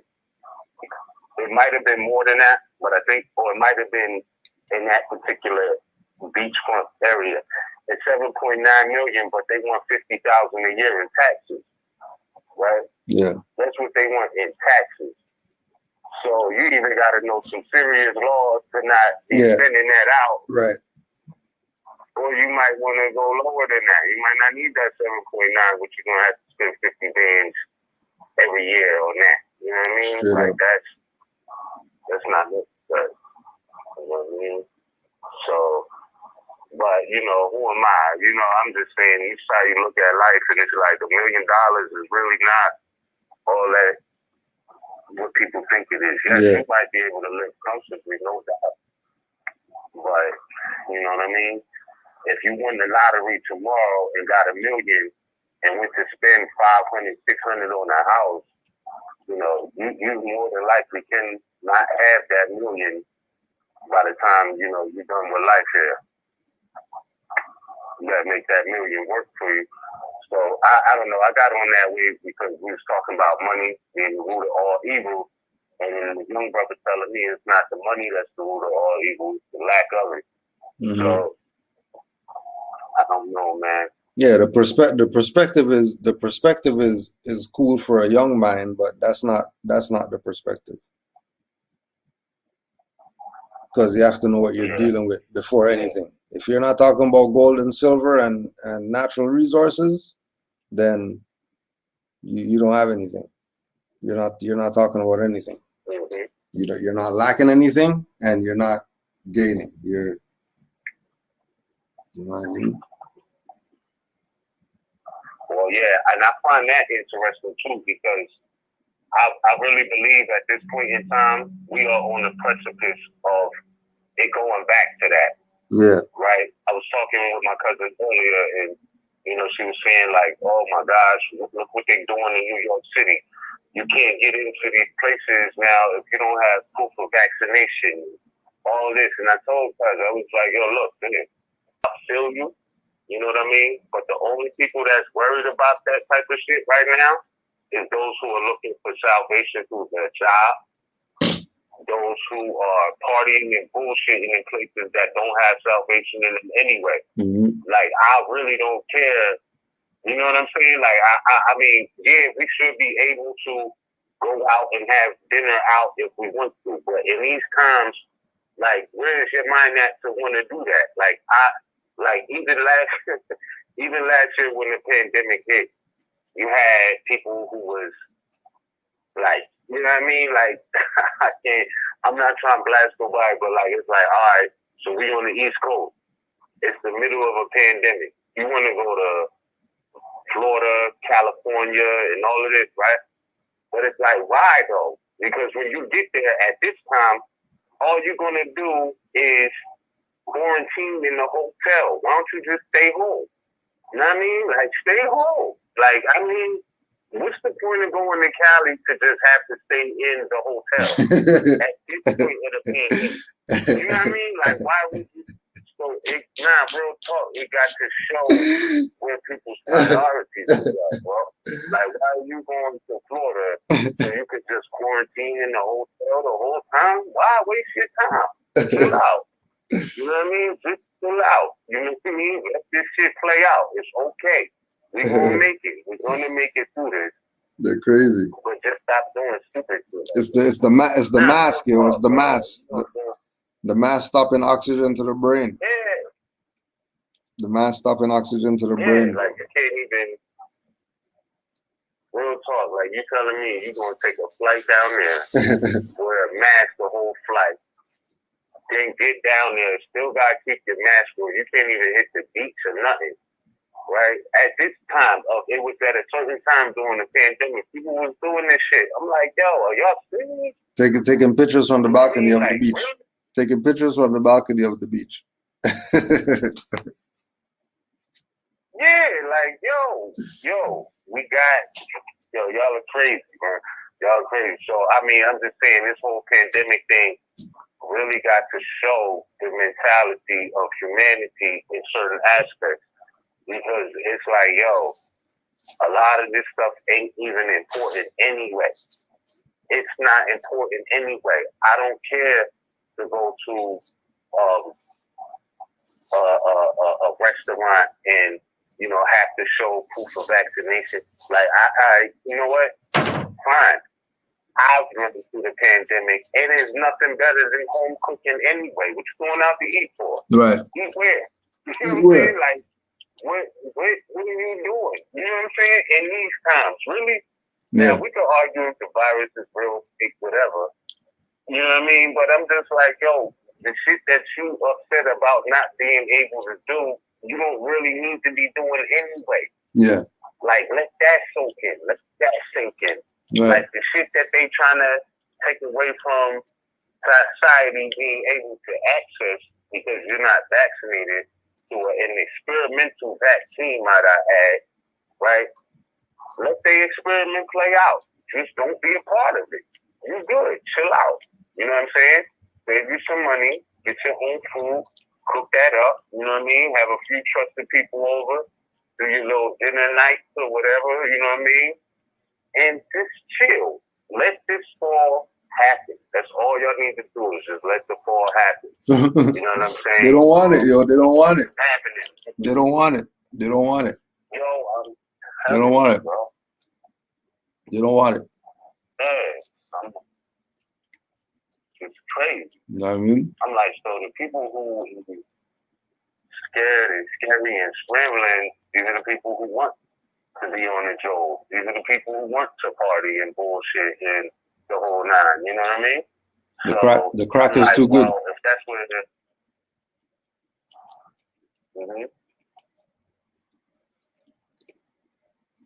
Mm-hmm. I'm saying the crack is too good. No, I'm saying the crack is too good for them. You know, they're all the way in. You know. Yeah. They're all the way in. They're plugged right in. No, they don't even want to see the fall. They're plugged in. You know what I mean? Those are the people looking back at Sodom and Gomorrah. Turn to salt. Right. Yeah. That's them. Yeah. No, that's it. Yo. Exactly. Exactly. Mm-hmm. They rather go touch So I'm like, rather go touch girls. Yeah, this shit is ridiculous, bro. Yeah. And I'm like, all right, everybody was complaining about the system, and the system needs to be reformed, and you know, this is not like that, and this man's not like this, and it's like, well, the shit just collapsed in front of you, and y'all still wanted that. So you know what I mean? Like y'all want to be in, and that's why I was telling my cousins, like, yo, the new normal is not coming. It is already here. Yeah. It's just people have not embraced it yet. Yeah. You Yeah. know what I mean? Like it's just not embraced yet. Yeah. You know what I mean? It's here though. Like everything is digital. You worried about if you can get into a grocery store or not. They got Instacart. They got food apps where you get your shit delivered right to you, vaccinated or not. You know what I'm saying? Like contactless deliveries. Domino's got the robo card now. Yep. Yep. Just because of the vaccine. Yep. Just because of the virus. Now you got now you got Skynet to deal with. Now you got Skynet to deal with. It's all been a part of the plan. Yep. I think that was the whole plan. That was the plan. Yeah. Was to roll out these robots. Yep. The whole point was to roll out the robots. Exactly. I know it sounds crazy. It's iRobot, bro. You don't sound crazy. You don't sound crazy. You know what's crazy? You know what's crazy? You sound just like the people in the movie who are telling them, hey, the stuff's coming or whatever on the little radio show. Anyone out there? If you're listening to this right now, we're broadcasting from Canaanland Moors and MHHS Blog Talk Radio. We know that the robots took over right now. We know that they took over. They used the stuff to take over with the robots, right? You're gonna see robots now everywhere. Don't be alarmed.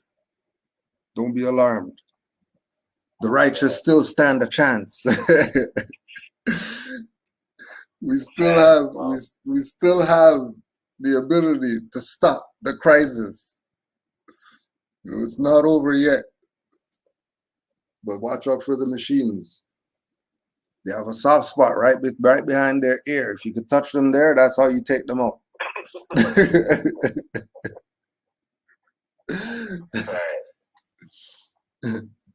Yeah, make sure you have your They Live glasses. Yeah, make sure you have your They Live glasses so you can see the robots, because remember, they're going to look like humans. So you need the They Live glasses. In order, you know where to get them. Just follow the signs. You'll see the signs. We're gonna see you soon, brothers and sisters. We're gonna be there together soon. We're gonna be there together soon. It's crazy right now. When you said that robot thing, it was such a revelation.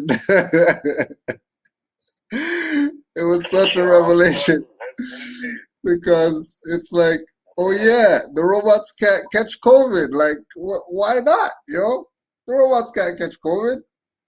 Yo, they dropped it to drop, and then that's why the 5G was needed, so those robots could work. Forget your phone. Forget your phone. Right? Bluetooth your robot. Yeah. I think it was Brother Iz that sent me the video with the robot running and shit. Robot running, jumping, you know what I mean? Like climbing up stuff. Like what do you mean? What do you mean we're looking at Terminator right now happen? No way we're looking at Terminator right now. No way. No way Skynet's happening right now. That's just like how Simpsons got all this stuff right. How Simpsons get all this stuff right? Nah, we see it. You know what I mean? Right. How they get all this stuff right? Something's going on here. Something's going on here. Yeah, Like, it's like, the robots, bro. yeah. And they look, for anybody listening to this, if you're not familiar, y'all, shout out Habits for Life. Straight up. They just put it in the chat. That's what I'm about to say. Boston Dynamics, bro. Or sis, whoever Habits for Life, shout out to y'all because y'all already on it. Boston Dynamics. Look that up. And they've been working on this technology for over a decade. So we already see what it is, man. Like, we know what it is. And then they're going to introduce it all friendly. They got the clip with the robots dancing and all of that, and dancing to your favorite songs to make you feel like it's all friendly. Yeah. But I'm like, if they could train 3 robots to dance like that, they could train those same robots to kill like that. Real talk. And I'm not trying to promote doom and gloom, but this is the known fact of what was projected to come in the future. Remind you, Terminator, when the robots, quote unquote, took over the world. iRobot. The scenery. Yeah. But on Terminator, they was fighting in 1984, but they was fighting in the future, which was set at the year 2029. Mm-hmm. This shit is going to be all different. So, don't, you know what I mean? Like, that's what I believe. All of this shit, if it was a op, the whole COVID is not what we think it is and all of that, I believe that. And even if it is or it isn't, the shit that's going to spawn from it or spin from it is these robots. They've already got amusement parks in Japan and China. Matter of fact, in China, some of the COs and the jails and all that shit are actually robots, bro. So they ain't got no COs that are humans. Right. It's robots. And then you talk to different business owners and they're looking at it like, oh, that's what's up because, you know, this robot, he's not going to need a cigarette break. This motherfucker's not going to be able to call out. You know what I'm talking about? It's not funny, but you know what I'm saying? This is how they pitching it. So 24 hours. Business owners, they're like, yo, we can work the robot to death. You know what I'm saying? Like, and they're already taking inventory at Walmart. Yeah. You know what I mean? So, like, yo, this is where it's going. Yeah, another one too is Johnny Mnemonic. Johnny Mnemonic too. You ever seen Johnny Mnemonic? I'm not familiar with that. Yeah, that one's Keanu Reeves. Oh, word? Okay. Yeah, that's an oldie. It's an oldie. Johnny Mnemonic. That same virtual world stuff. You know what I mean? You know, mega corporations and all that. Same language. Oh yeah. Same language. Yeah. And it seems like a good idea because now they got the car, like I said, Domino's Pizza. You get your pizza delivered. It's not even. There's no driver, so you don't have to leave a tip or nothing. You just, you know what I'm saying? The robot pull up, drop your thing off, and like that's where it's going, bro. It's crazy. And crazy. Yeah, it's crazy because a lot of this technology is already geared for that. Like I'm not even going front. I just got a new phone the other week. Like right after we did the last Sons of Allah, I got a new phone. I got a Samsung joint, but I also got the watch, and I didn't. The watch is a little bit more invasive than I thought it was. Like this, no, it is, bro. I kid you not. Anybody with like an Apple Watch or a Samsung watch, the digital joint, like this is crazy, bro. Like it shows you your heartbeats per minute. You know what I mean? How many steps you took in a day? Yeah. It tells you, it's like, hold on now, this is crazy. If you walk a certain amount, it'll start telling you, oh, a workout detected. and don't stop and keep going and shit. And then if you're chilling for a while, no, real talk, I'm telling you, bro, this technology is crazy. And then if you're chilling for a while, it'll tell you, like, you've been inactive for a minute. Time to get active. I'm like, hold up, this shit is a little bit too much. Like, I ain't asked for all this, you know what I'm saying? Like, tell me I need to get this going, man. I'm chilling right now, you know what I'm saying? I'm telling you what to do and shit. Like, this is crazy. This is crazy. Yeah, bro. Yeah, it's real. It's real. This whole digital world. Yeah, this digital world is crazy. Yeah. It really is. You know what I mean? And it's like, damn, I damn near don't even need a doctor visit no more. Like, it's telling me my heart rate, my beats per minute, my heart beats per minute. I could do, you know, workouts, how many floors I walked, and how many calories I burnt today. Like, this technology thing is kind of ill, bro. Yeah. Kind of crazy. Next bro. level. Next level. Yeah. So, you know, that's why I see this thing headed is totally digital. Everything is digital, and it's gonna be robotic. You know what I mean? Yeah. That's where we at. Yeah. Yeah, man. So, Yeah, it's real, yo. I never had the watch and stuff, but I had this older man at my work had the freaking steps count and whatever. So he used to want to do competition. He's like, you know, I realized that you walk more than anybody around here. So I need to keep my walking stuff where you're at. So put the thing on your phone. So this man be measuring up every day. You know what I mean? Measuring up like, oh my gosh, like how do you have 3,000 more than I have? Like, what is this? I've been walking all day. How? You know? Yeah, he was in it. He was in it, like making sure, you know what I mean? The same thing, the calories or whatever on the watch. I was like, yo, you don't even have to go to the doctor. The watch will just tell you. The robot again telling you. The robot just read your pulse like a doctor would. You know, Would it work on your ankle? Would it work on your ankle?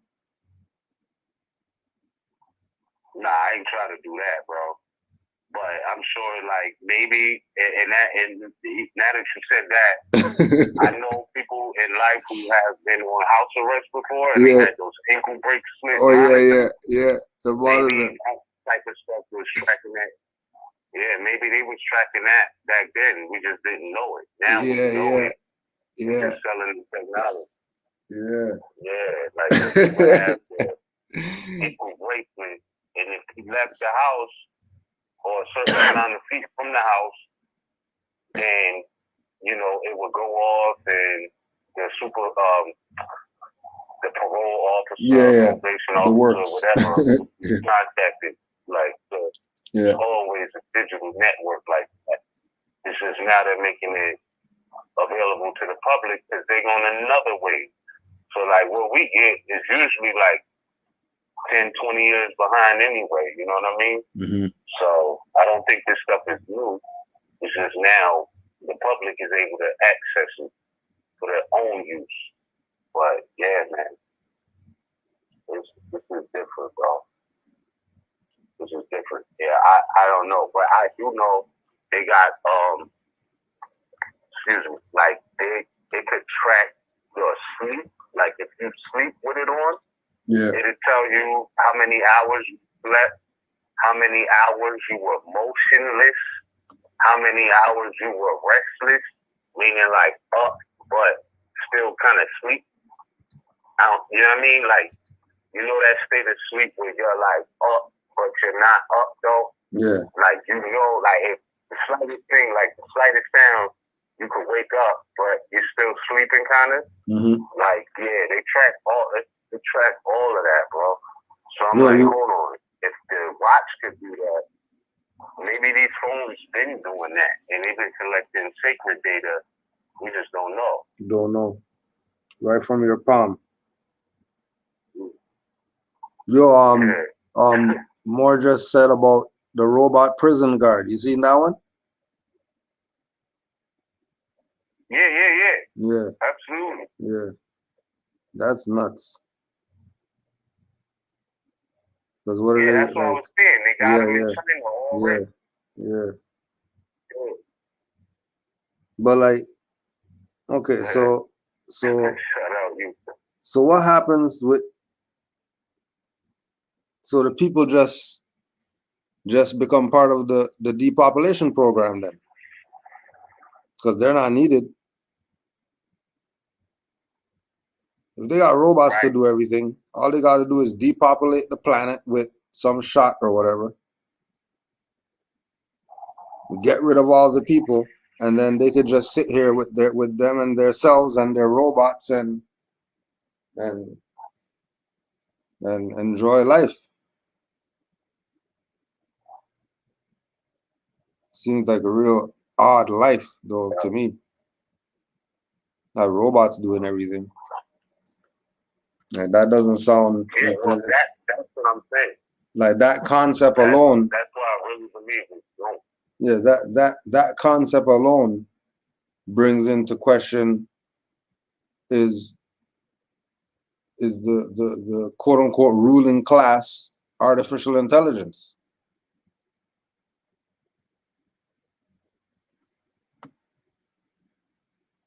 Because what's the point? So, bro.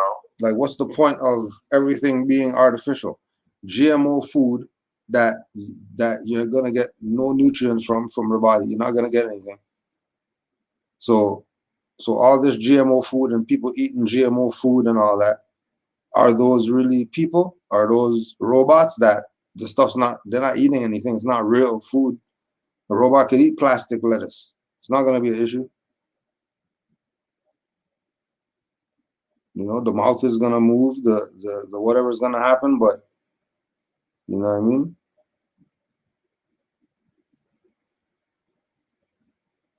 Yeah, this is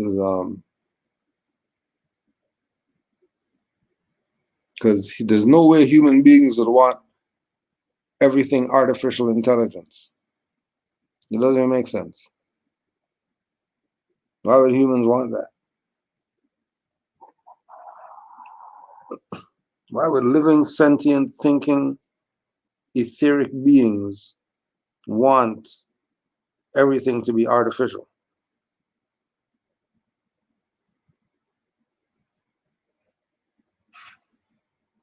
No. I mean, everything. Well, everything. But look at this, though, bro. How about before the technology, they was always pushing some artificial thing. Mm-hmm. Whether that be artificial person versus natural person, you know what I mean? And now artificial intelligence versus natural intelligence. Yo, this thing is headed for the natural versus the robots, bro. Mm-hmm. I believe that. Yeah. I believe that. You know what I mean?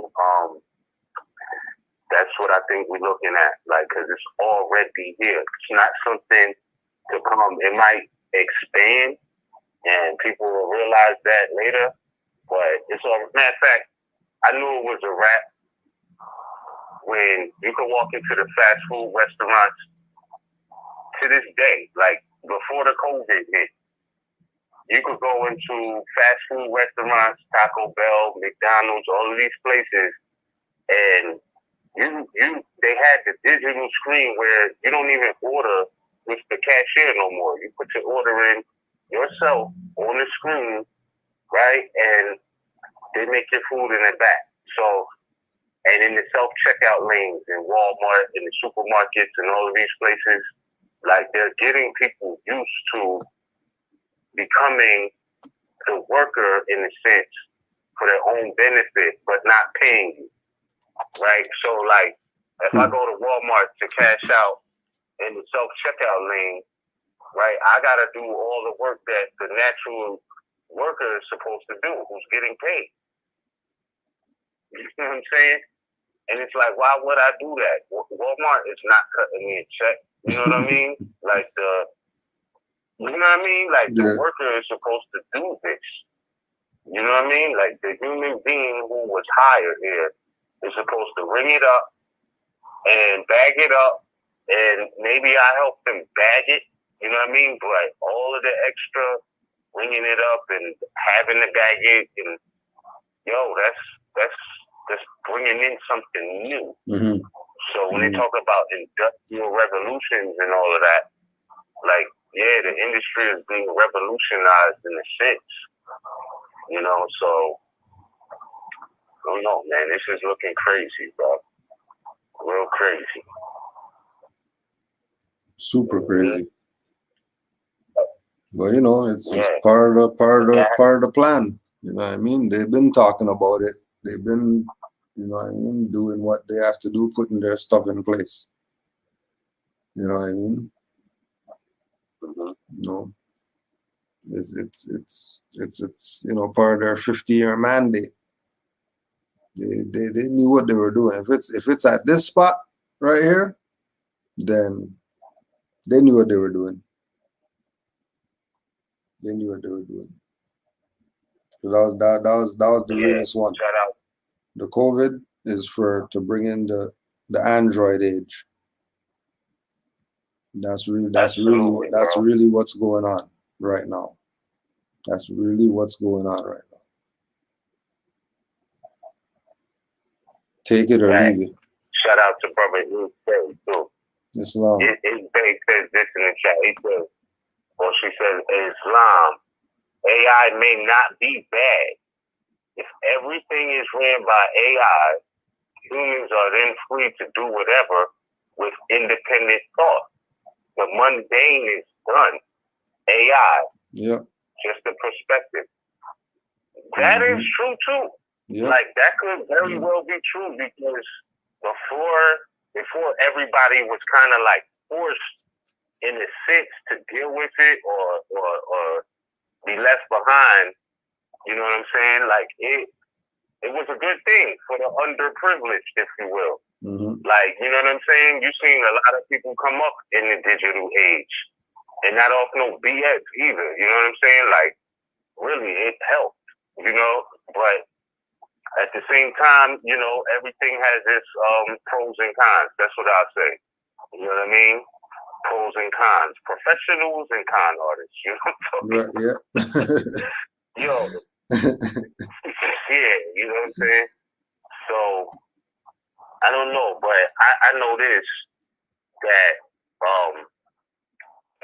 Taisha, she says, let's just stop paying the distractions any attention and focus on what our foremothers and forefathers left for us as a foundation. Peace and love for humanity. I'm totally with that. You know what I mean? I'm totally with that. And this is real. That's real talk.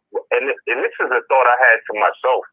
You know, when we speak about our foremothers and forefathers, like, you know, a lot of them left us stuff and we don't even know it. I'm talking about on paper recorded inheritances for their heirs and posterity and all of this.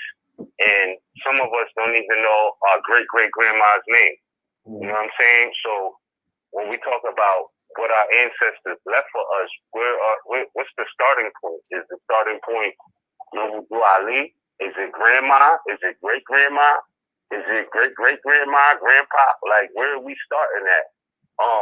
I'm not knocking any of that. I'm just saying we really need to take a look into, like, our family in a sense, because a lot of them already knew this. Like, it's just us who didn't really keep the torch going in a sense, if that makes sense. Because it's like, yo, look, yes, Noble Ali was right and exact. You know what I'm saying? We could go into our ancient foremothers and forefathers, and inheritances can't be broken. But some of our grandmas on this line right now, and grandpops and grandparents, you know what I'm saying, has done things and left wills and inheritances for all of their lineal descendants, not one or two, like a whole family. And we're not even on to what that was. So I think that's something worthy to look into too. It's like, yeah, definitely start as a foundation. What's, you know what I mean? What did grandma leave? What did grandpa leave? If anything, not that you need that to survive, but it's good to know. You know what I'm saying? Because some of us are getting notices about land about to be transferred, you know what I mean, in the tax sale, because we never even knew we had something left to us. You know what I'm saying? Yeah. So where do we start with that? You know what I mean? Like, we don't know until it's 45 days left before they auctioning this shit off. You know what I mean? And it's like, yo, so we got a lot of work to do. You know what I mean? A lot of work to do when it comes to honoring our foremothers and forefathers. And that's for real, for real. You know what I mean? So I respect that. I'm with that. Yeah. Like, it's like that. Yeah. Yeah. So let's be honest, we are AI. These bodies are lifted. Yeah, some of y'all, I feel y'all, but some of y'all are crazy, bro. I love y'all though. That's the chat. That's the chat for you. That's the chat. There's no holds barred in the chat. Yo. There's no holds barred. You get it all. You get it all. The good, the bad, and the ugly. You get it all. You know. That's what it's supposed to be, though. You know. That's the unity. You know, worlds but sons of Allah. You know, worlds but sons of Allah. Come on now. Gotta wait a whole 3 Thursdays for this. Yeah.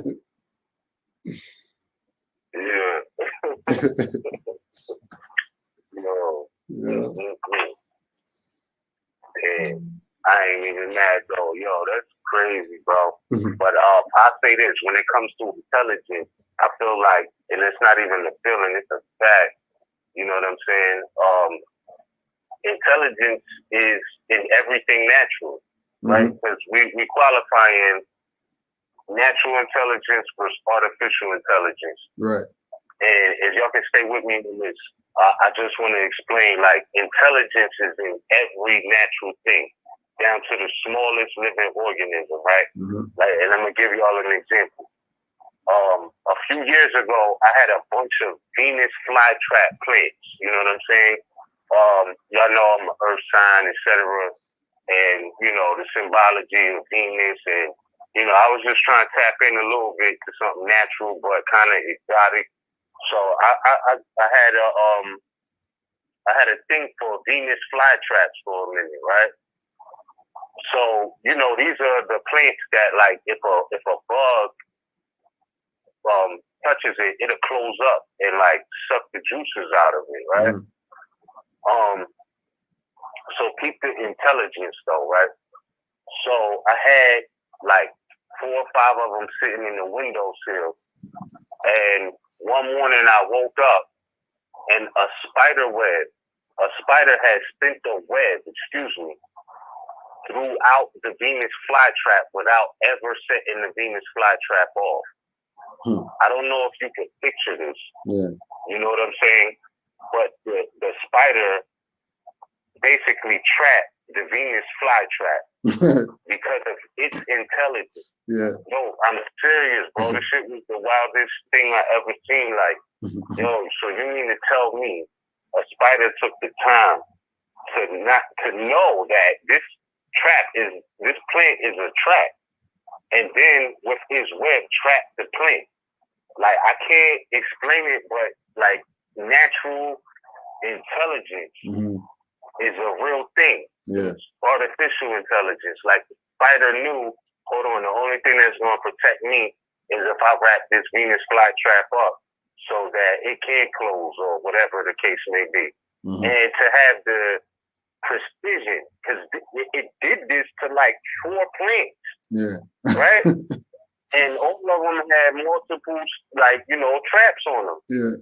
So I'm like, yo, Allah is the greatest, yo. Yeah. You know what I'm saying? Yeah. Allah is the greatest. Yeah. Because, even the artificial intelligence comes from our minds, right?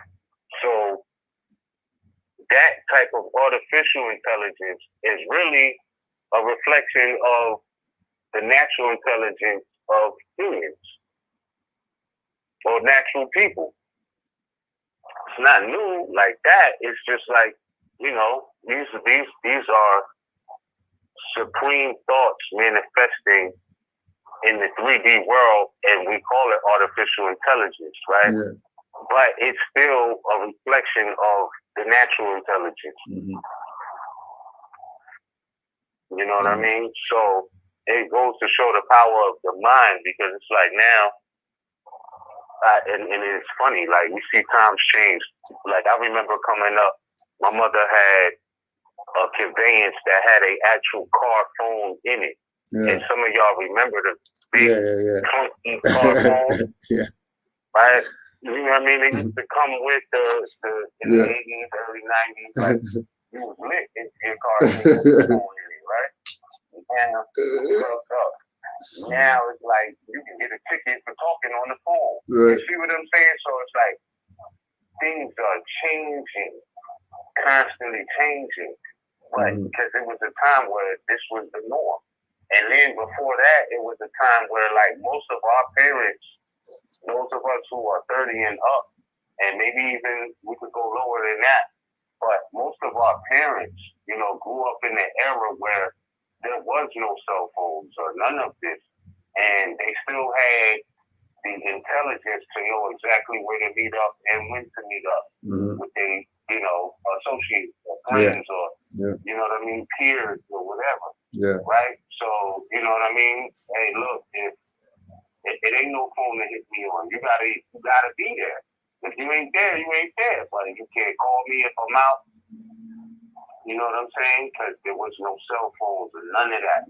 So how did they know how to stay connected like that without all of the things we have access to today? You know what I mean? So I don't know. It's like the world is a little different. You know what I mean? And some of us have lived through those transitions. Oh man, yeah. Sorry about that, but we got about 2 minutes left before the call-in goes down. So if you haven't called in at this point, you may not be able to call in. But if you have called in and you want to ask a question, give a statement, add on, you already know to press 1. But if you want to call in, the number is 563-999-3403. Again, that's 563-999-3403. You might not get in less than a minute at this point, but it is what it is. I can't believe time flew that fast. It feels like we didn't even scratch the surface yet. But okay, so I don't I don't want to cut it off or none of that, but we have a caller in the chat. You want to Oh yeah. get the caller? Yeah, we could do that for sure. Okay, say that. So then we're gonna take caller 336. Hold on, no call. Caller 336-252. You're live on the air. Peace, man. It's peace and love, that's Williams. People are doing well. I'm coming up on ill. I got that insurance to be, Peace, it's love, Moor. All is well. It's love. Yo, that's crazy, yo. That everything is becoming artificial intelligence. Although it has been doing that, as you said, already. But to actually focus on it, actually have a meaning, actually the things that are interesting, you know what I mean? Off that, they're not like the Boston dynamic when you said it, I went and researched it, and I was like, wow, they got this robot doing backflips and everything. I mean, if they can train that robot to do all that, you're right. They definitely can train that robot to destroy a whole new thing. We also talked about earlier in the conversation. We talked about penalties for somebody that's a pedophile. You already know the penalty should be death. In my view, it's penalty on the massive death. We have the children and things of that nature. I already know my reaction is going to be for a father standpoint. Over that y'all don't have children, but to me, nature law, every man, every woman has a father or mother within them. I mean, so that being said, you actually are able to basically put your mind to it, figure out how you can handle that situation, having nieces, having nephews, things like that. So, yeah. My thing is also on the traditional intelligence part, the brother, I forgot the relation, but he's right. It could be a moment of rest for the humanity where they can actually spend time together and be able to work out these problems that come. And I definitely agree with that. But on the flip side, it also can be dangerous because you don't know mentality. They're programming these artificial intelligent robots. Also see that part too.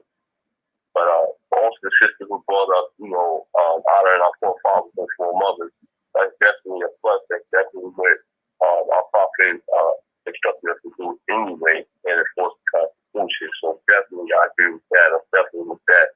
And I'm going to yield the floor to Islam. Peace, love to you, brothers, and I appreciate y'all and all the work y'all do. Peace and love, Moor.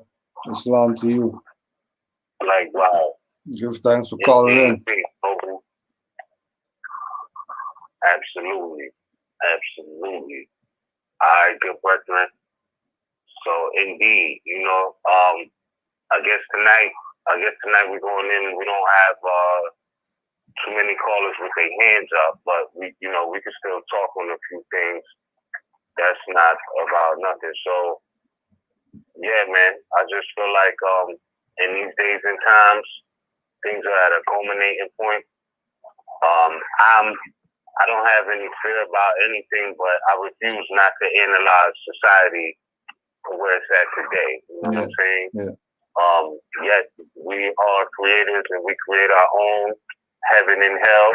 I believe that's a mind state, as it says in the lessons or the add-ons of the Circle 7. It tells you we creators and we create our own, and heaven is not a place to be met or held with, myths and bounds. It's simply a mind state. Mm-hmm. But the all-seeing eye is all-seeing for a reason. So, we can see this coming. To analyze it now is better than it happened and it was just like no analyzation. Maybe unexpectedly. Right. Like we see it coming. The third eye or the first eye is wide open. Yeah. We see this. We see the play that's being ran. So we have to speak on it. You know what I mean? Right. And I know it may sound crazy, but that's where it's at. You know what I mean? Like that's just where it's at. Yeah. So that's just where it's at. Yeah. Yeah, real talk. Absolutely. Yeah. But to walk it back a little bit, I was thinking and we briefly spoke on this, or text on this the other day when I heard about the situation with Pedolight, and I was like, well, damn, what do we need? Like, what are solutions? Like, what are solutions to whereas it's not this desperation thing, right? Like, do we need men and women single night, like where single men and women link up and chill and deal with culture and things of that nature. Mhm. But then I thought, like, you know, sometimes some people are just insatiable. You know what I mean? Yeah.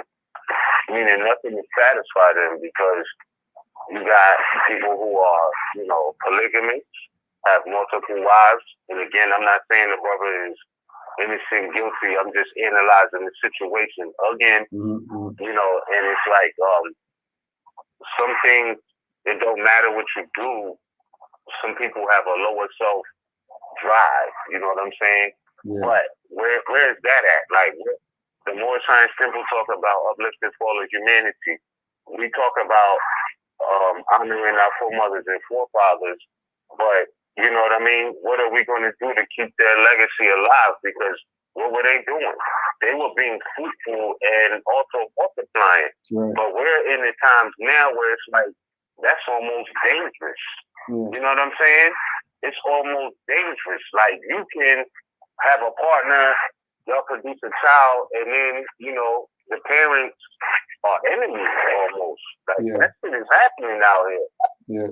So, like, do we need a cultural, like it gotta be something that can remedy some of these situations, because brothers are more reserved in these days and times in certain situations where they're like, yo, you know, I don't know if risking my life is worth this. You know what I'm saying? Like, I want to live my life.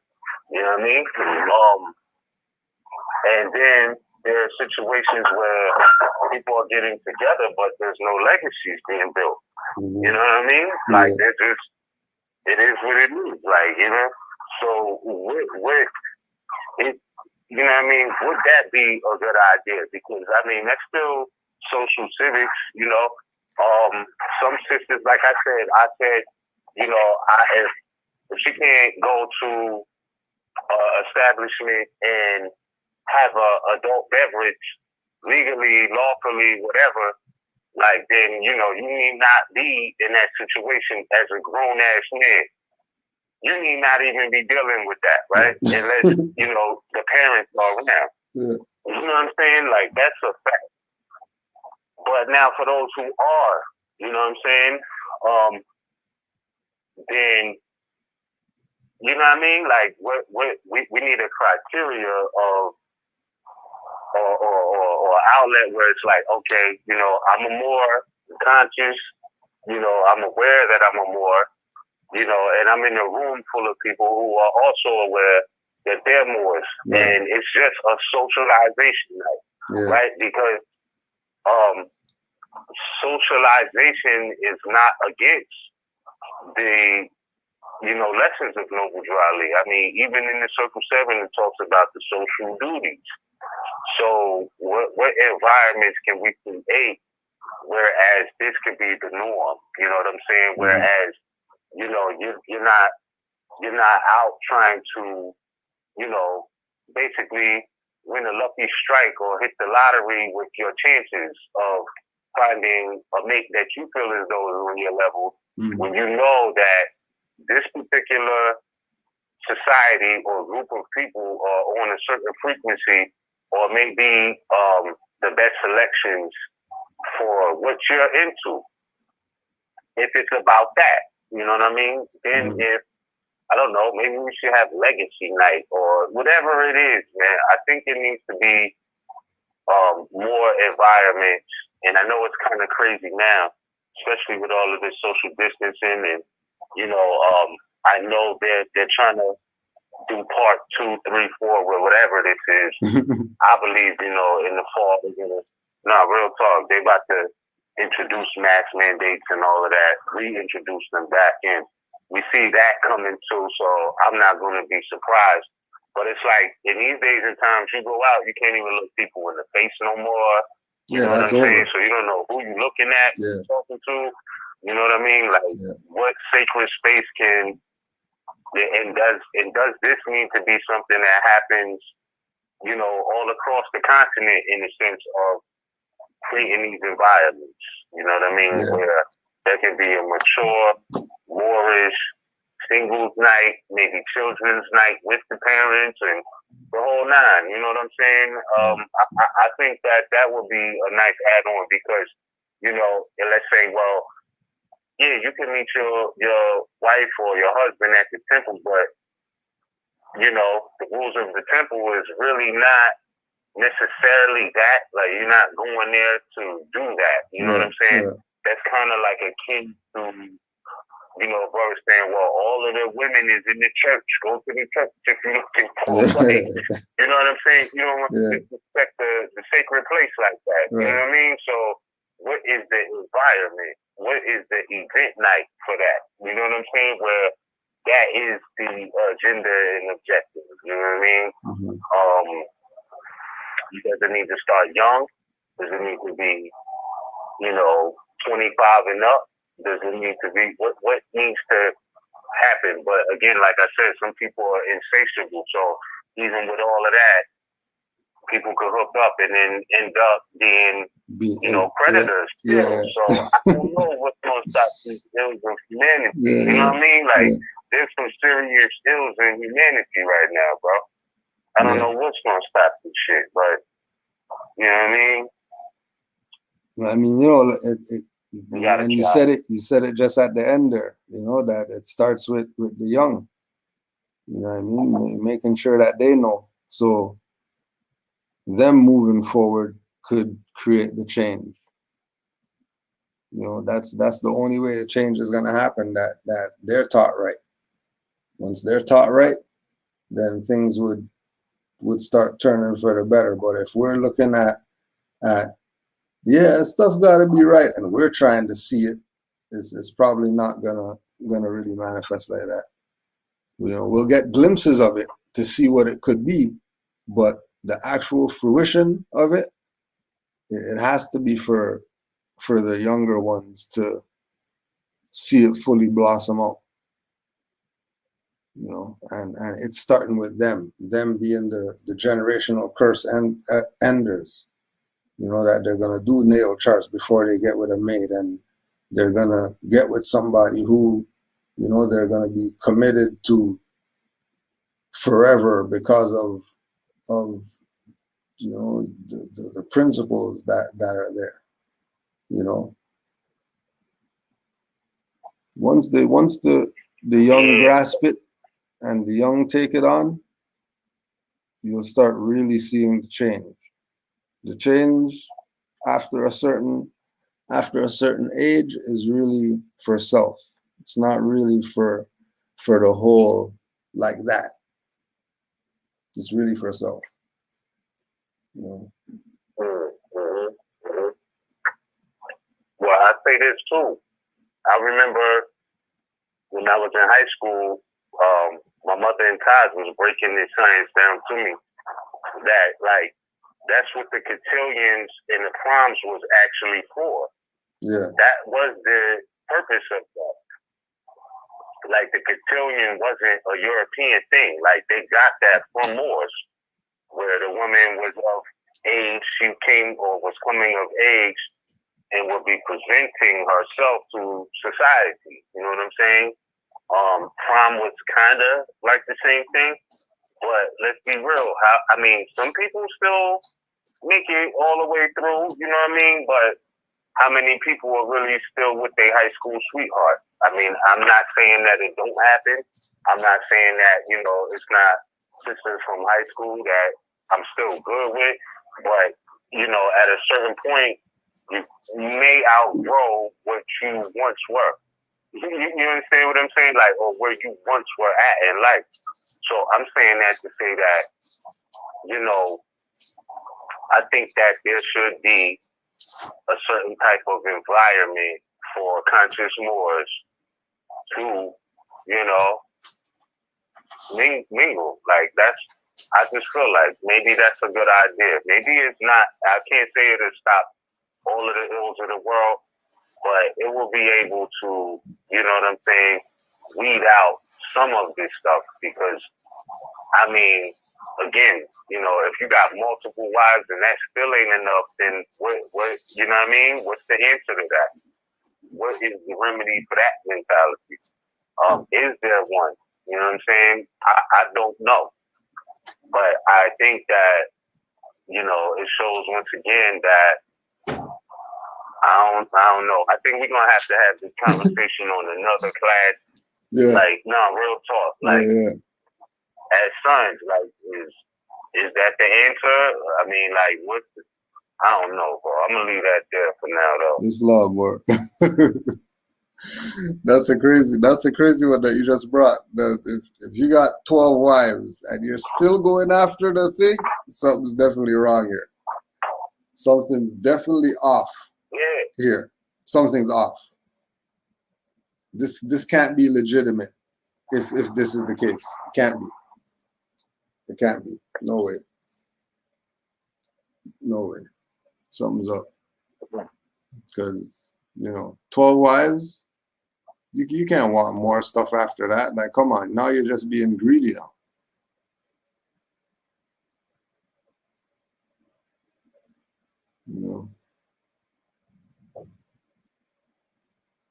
Yeah.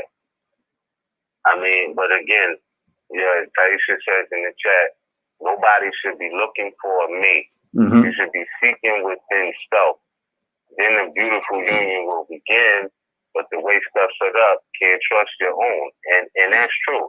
But I'm speaking for those of us who have done the looking within, right? And we've been there and we're still finding out shit, but we know, you know what I mean, that we're at this certain point where life is now about legacy, right? Like, you know what I'm saying? What is the answer for that? Like, after you've been looking within, because, I mean, it's like you can't be in the mirror all day, every day, forever. You got to be mindful of yourself. But, once you get to a certain point of that looking within, right, now you got to go without. Mm-hmm. Mm-hmm. Right? Like, it's a real, I don't know, man. I think we're going to need a whole nother class for this topic because it's some real shit going on. It's like, all right, I know myself.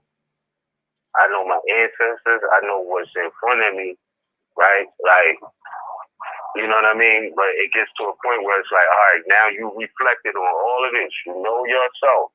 You know all of this shit, right? Yeah. You might still be finding out yourself for the rest of your life. For sure. Maybe that's your path, right? Right. You know what I mean? But it comes to a point where you know what's up. Like, you already know you. You know what I mean? Because it's like, damn, I know we don't ever completely figure life out. But, you know what I mean? If you 50 still trying to find yourself, maybe something is wrong. Yeah. Self definitely has to be found first. And I think just like the mother is saying, once you find self, then everything else is gonna gravitate to you. You know what I mean? Once you find self, it would happen because that's how the talk of it is. You know what I mean? That it's this natural occurrence. It's not even anything you have to fight for. Yeah, it's just natural. I mean that. And that too. There's no. I'm not saying it's not. Yeah. There's no going out to go hunt it down or, you know what I mean. But who knows where it could pop up. You know what I mean. She or he could be anywhere. She or he could be, walking on the same sidewalk as you. I mean, all of these things are true. All of these things are very well true. I don't know. I'm just thinking in light of, okay, if niggas is still going after 14-year-olds, something is wrong. What is the remedy for that? Maybe there is no remedy for that. Like, that's why I was saying, do we need a singles night? Like, I mean, but then again, if you got multiple wives and you're still going after that, then that's another issue. I don't know, bro. I like I said, man, I was just trying to think solution oriented, but maybe there is no solution for that type of shit. Yeah. I don't know. You know what I'm saying? Yeah, like, so I don't know, but just putting thoughts out there. Like, I'm not dying like somebody said in the chat, I'm not dying over a mate. I get it. It's fine. It's completely fine. I'm just saying, like, there's still some sick shit going on with humanity over whatever reasons. I can't Now, speak could for okay, it. now, That's now, not let, me. now, I just let me ask you this now: could that be looked at from a third party, opposed to it's an issue we're dealing with? Because as single as majority of us are, I don't think we're gonna go for a 14-year-old. absolutely not. As committed as we are to a mate, or we might be loose and, you know what I mean, cheating on her and whatever like that. I don't think we're going for a 14-year-old. So I think this is a specific case. If this alleged stuff happened, then this is a specific case that has to be looked at over there. And the whole thing with you know what I mean, the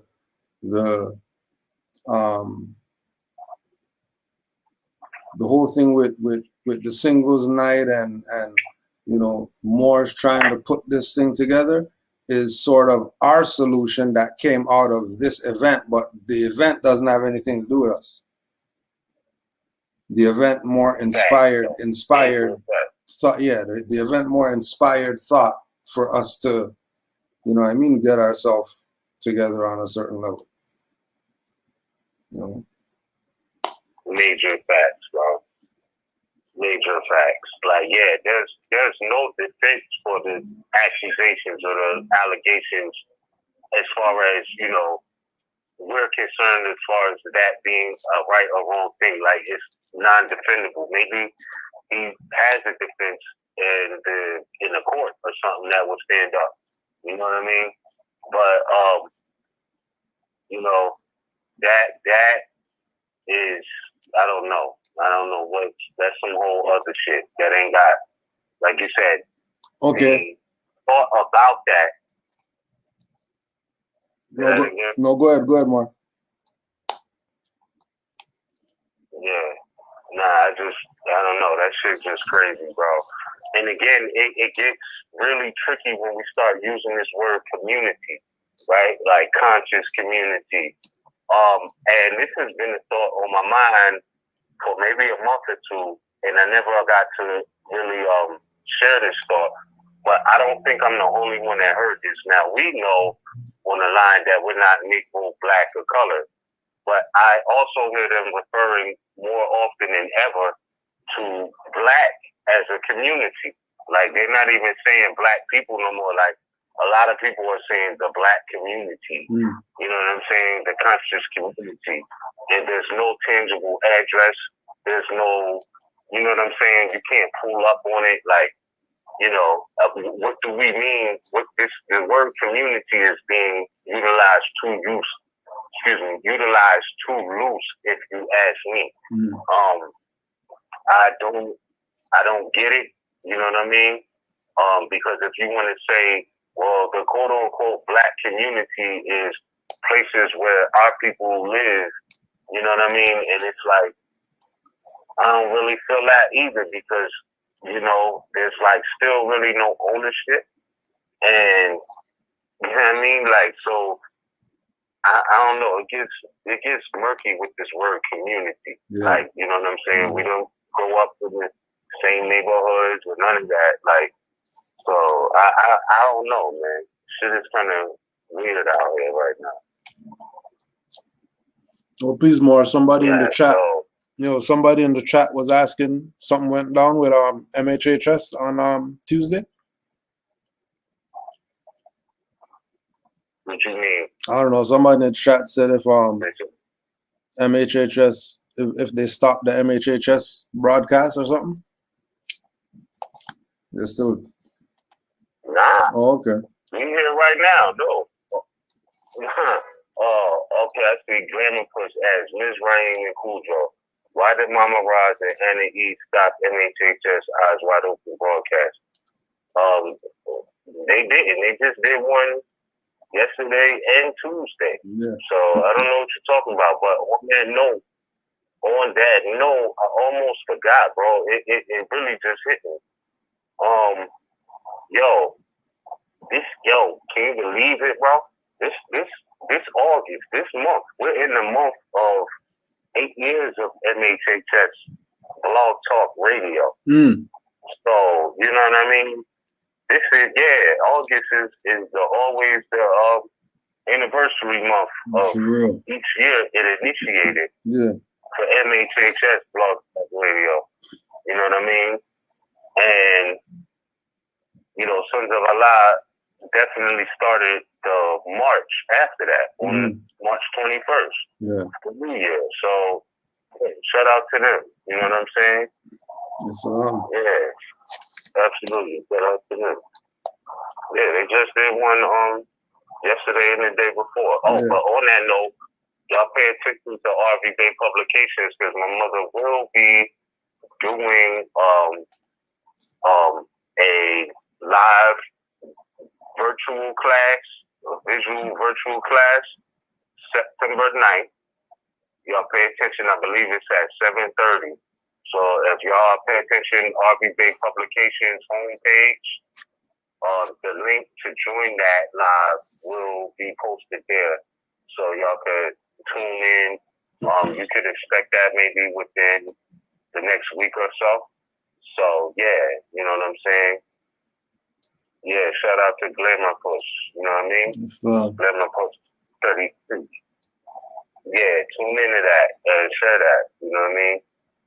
Because I know my mother is you know what I mean? Like the 3 years, I'm gonna let her speak on it. I know she's gonna have a lot to say. Yeah. A lot to share. Straight. You know what I mean? Like this is on her initiative. You know what I'm saying? Yeah. So like it's something she actually really wants to do. She want to give y'all a visual class, and I already know that's gonna be fire. Yeah. You know what I'm saying? Yeah. And it's gonna be fire. So I know I'll be tuned in. I believe that is on a Thursday though. September 9th is on a Thursday. Yeah. Yeah. So check that out. And you know what I mean? One mind about to Lauren Hill y'all real quick. You know what I'm talking about? Nobody can touch it. Yeah, that one's gonna be off the chain. That's gonna be off the chain. That's gonna bring back the Dandelion Root Tea goosebumps from Pittsburgh. Oh yeah. From Pittsburgh. Yeah, that's gonna bring back the Pittsburgh session. Straight. That's Flashback. crazy too. I just got my computer back yesterday, so with everything, all my digital info, I gotta start from square one again. But I'm not giving up. We definitely on the new wave. I think we just witnessed like this month has been like a turning point for the legends, the elders, those who've been around for a while to make their presence known and speak out. Yeah. You know what I'm saying? Because the world kind of needs that. Needs them right now. There's been a lot of been a lot of clown shit going on. A lot of confusion for some years. Yeah. Yeah, a lot of confusion. Some people get that shit. But truth don't change, don't pass away. So we still here. I don't know. But I'll definitely look forward to that. You know what I'm saying? To see my mother give another presentation because, you know what I mean? Like, and like I say, everything happened for a reason. Everything happened for a reason, and I think like Allah is the best of planners because it's funny, like I was saying, you know, the new normal isn't something that's coming, it's here. Yeah. So even with today, the world being the way it is now, right? Like we was doing the classes every week in Harlem. Yeah. But now look at the shit now, right? Like they talking about you gotta have a proof of vaccination to get into a theater. Mind you, we used to do this thing at the theater, right? Proof of vaccination to get into a restaurant, bar, gym, and a bunch of other indoor places. But it's like a lot of the best of planners, we're not even on that right now. You know what I'm saying? Yeah. So, you know, that's Left, what it is. left, right on time. Left, right on time. Yeah. You know what I mean? Right on time. Right a little on bit time. ahead of time. Yeah. Yeah. Yeah. Matter of fact, ahead of time, to be honest. Yeah. It actually was ahead of time. Yeah. It was ahead of time because it wasn't a better time. You know what I'm saying? Straight up. And the transition was what it was. So, like I said, a lot of the best of planners. So, you know, there's been a lot unfolding. I'm going to let her speak on it. If she want to speak on the revelations of our bloodline ancestral revelations, I'm going to leave that to her. You know what I'm saying? Yeah. All I know is, you know, if we're going to talk about honoring our mothers and fathers, how about start with your grandma? How about start with your grandpa? Yeah. How about start with your great-grandma? How about start with your great-grandpa? You know what I'm saying? Yeah, our bloodline goes back further than that. But, you know, to skip past them is kind of doing yourself a disservice. It may be. It very well may be. I'm not saying all of them was rich and laced, but, you know, some of them left more for us than what we may have known or thought or whatever. So, you know, I see it like this. I love the lessons of Noble Drew Ali. I will not ever disrespect that. But some of us, you know, I mean, like he said, these lessons are to get your house in order in that sense. So it's like, okay, well, what's that about? You know what I mean? Like, if you can tell me everything about Noble Drew Ali, but you can't tell me your great grandma's name, are you right and exact right now? Yeah. I'm just saying, how much honoring of your foremothers and forefathers are you really doing? Right. If you don't know that.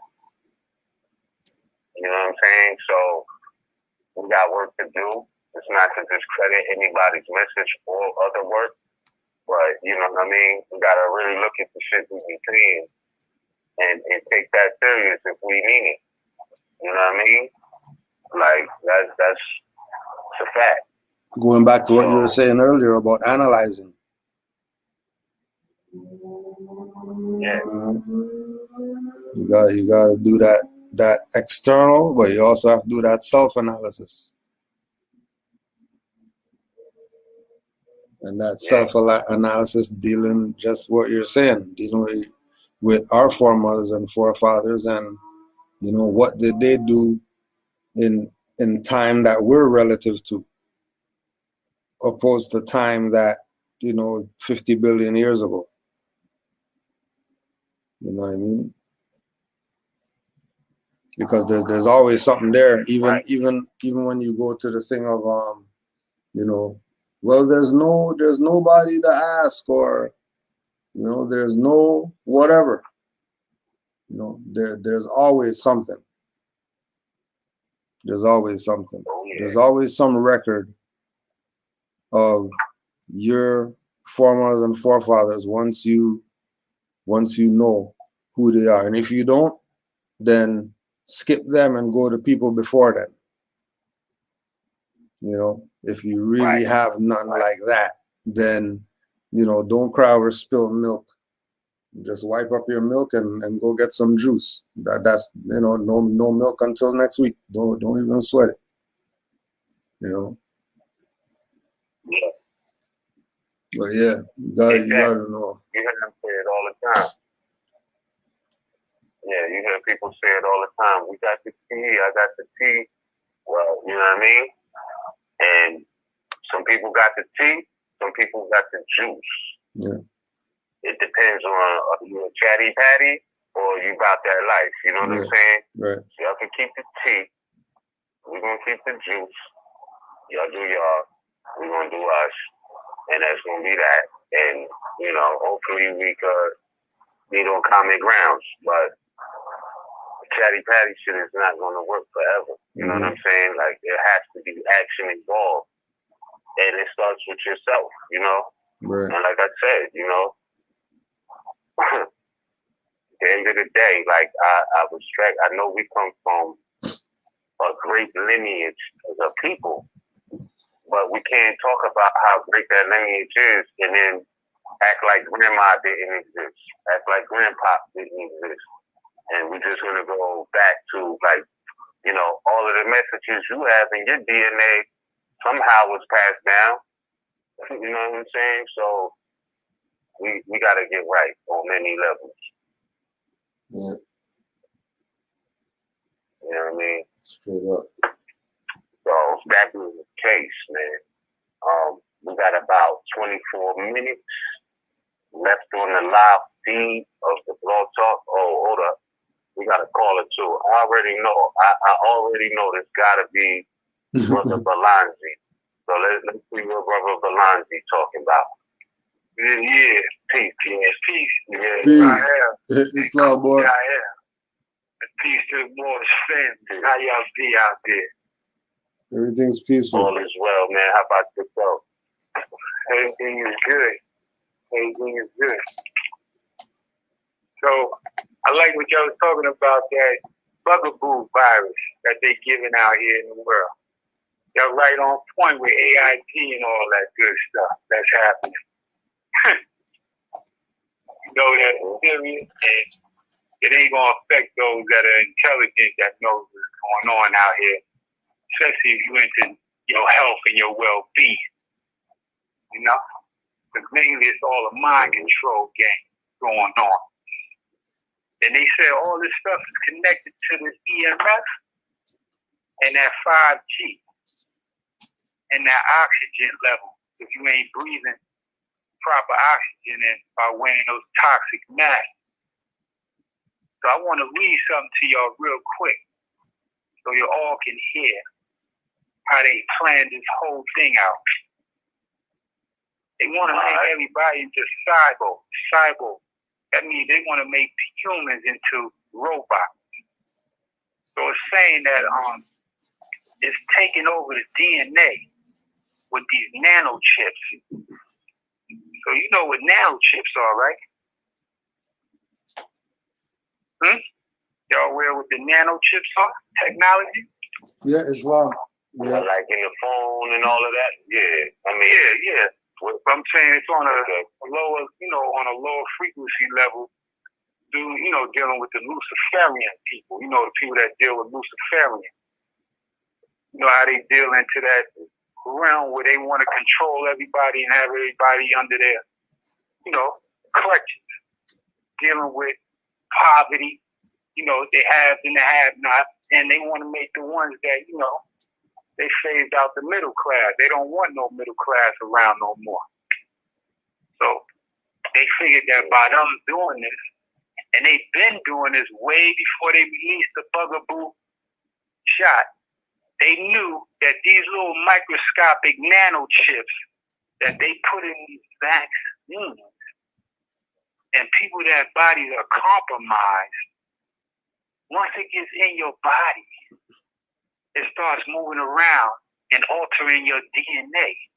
So when they flash the 5G out here, which they got them all lined up, that's why when they had everybody on lockdown, they were speeding up and warp speed. So when everybody that does get those shots and they blast them with the 5G, it's going to affect them and make them alter their DNA to RNA. And that's some real crazy shit that they doing. So they trying to impose that shot on everybody to get into places. And if you don't get it, you're not getting into theaters, like you were saying. You're not getting into these restaurants. You're not getting into these schools. because that's their plan. Their plan is to keep the control over the masses population and depopulate the people. Mm-hmm. So the ones that know this gotta stay focused and stay like they've been staying and let all this stuff come through and avoid everything they can without going out there and participating in all these stuff that they got out here. Because it's all a big trap at the end of the day. So I just wanted to drop that intel on everybody, you know, and pick up from what y'all was talking about, because that was my topic. I like that, what y'all was bringing to the forefront, which I already been on it. I just had to let it out too, from what I know through my studies and research. So if y'all see it more any other way, let me know. You know what I'm saying? But you know, I love y'all, and I see y'all maintaining through the storm out here. Because, you know, the prophet already foreseen all that, and he told us from day one through the divine warning that the day will come when if you don't wake up soon enough to know that you ain't none of this out here, which is identifying with tags, brands, and labels, and you are just what you came from, your mama, which is a Moorite that makes you a Moor, you lost in the sauce. You know? And we can't save everybody. You gotta save yourself. Even if you can't even save your family, that's still under the deepest spell. Because me, I be resistant to tyrant at all costs. You know what I'm saying? Maybe some places I gotta dip in and out. I might throw the mask on for a quickie and I'm out. I ain't trying to rock it, but maybe I'm not rocking it. I'm moving around and I'm pressing up, making sure, I ain't playing the mask when I'm walking in a lot of spots. Because I'm not happy. You know what I'm saying? Islam. Yeah. So some places that I know I need to get in there just to get what I gotta get, I'm not wearing certain. I wear the ones like the stretchy mask just to pull it over. Yeah. Like you got like one of those bandanas Yeah. I get what I get when I'm in them health stores and I'm out. And I'm out. Even then, I don't even walk in there no more with no mask because they already said they lifted the ban a long time ago. So I just walk in, get my stuff, and walk out. You know what I'm saying? And that's the other part of it too. And then I did any of them to talk to me about anything, which I don't have a problem. Some of the time they don't even try to talk because they can see it in your aura. But some of them, they feel like since they got the mask on, they're like, oh, you don't got yours on. Are you a doctor? You ain't my doctor. You know what I'm saying? Then they get all quiet, like, oh, you ain't want to compromise with us? Yeah, I'm not compromising with your shit. I'm doing what I know is best for me. Right. I need my fresh air and oxygen because my immune is strong and I come from nature. Anything in nature has been set up to destroy or take away or to keep you fit and protect you from all ill wills out here in the world if you obey nature's laws. You know? But it seems like the toxic people that don't take care of their temples are the main ones trapped in it, and they want to, keep the mask going. For me, I'm not having it. I know you're not having it either. You know? Yeah, I mean, back to music, I think South Beach said it the best. I'm staying out the way because I upgraded my vibe, bro. Like, I don't even really want to be in the midst of all of that shit. Like, whether the virus is real or not, I don't care what they saying right now. Like, in certain things, it's just not ever going to be the same. And like, the new normal is here. It's not coming, You know what I'm saying? Yeah. So, You know what I mean? Like, y'all, I just think that's the way. I don't know. I just would say, like, if anybody in these major cities, if you can, and I'm just saying this, if you can, get out now. Get out of these major cities, these congested cities. Like, that's the wave right now. Like, I'm telling you, it is not going to be the same. It's never going back the way it was no more. Yeah, like, we getting a full glimpse of the NWO right now that they had planned 20-odd years already, because we already know Rome is falling. You know what I'm saying? Right before your eyes. Yeah, that's a fact. You know what I mean? So we're going to leave that there.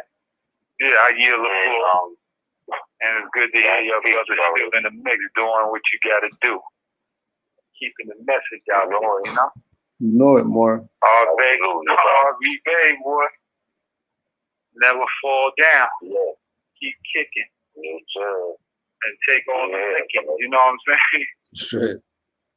Yes, sir. They got the juice. That's it. All right, you're gonna come back around in a minute. You're gonna do virtual in a minute. I heard you talking about the mom getting ready to do the virtual. And real time. Okay. In real time. Pay attention to rvbaypublications.com, the homepage. The way y'all be updated. Again, I just got my computer back yesterday, so I was back to posting. Now my computer went down, and I was feeling good about it. I'm not even gonna lie. Like all of that. No, real talk. Like people talk, we need to reflect and look within. Like I was doing that shit. You know what I'm talking about? And you know, you're like, nah, that's what I'm saying. Like when you done did that, and you know what I mean? You're like, oh, okay. You know what I mean? What's next? You know what I mean? Not to just reflecting in and out right now. Reflecting and taking fasting time so you can rise and stay above in the right frequencies. Yeah, you know what I'm saying? So, yeah, that's it. You know what I mean? So, that being the case, man, you know, it is what it is. But I got it back, and I do have a lot of information to share. A lot of stuff I got to start from scratch, but at least I'll keep y'all posted. I got to get my photos back right and all of that. So, yeah, you know what I mean? Y'all will know, but pay attention to RV Bay Publications homepage. Y'all will be updated on the free link to join the class for the virtual recording as far as the visual class. With that being said, Brother Palazzi, I appreciate you. We got 10 already. I know. Got a couple wise over here. All right, my brother. Top Moor. All right. Peace, Moor. Islam. Peace. One indeed. That being said, Noble, we are 12 minutes away.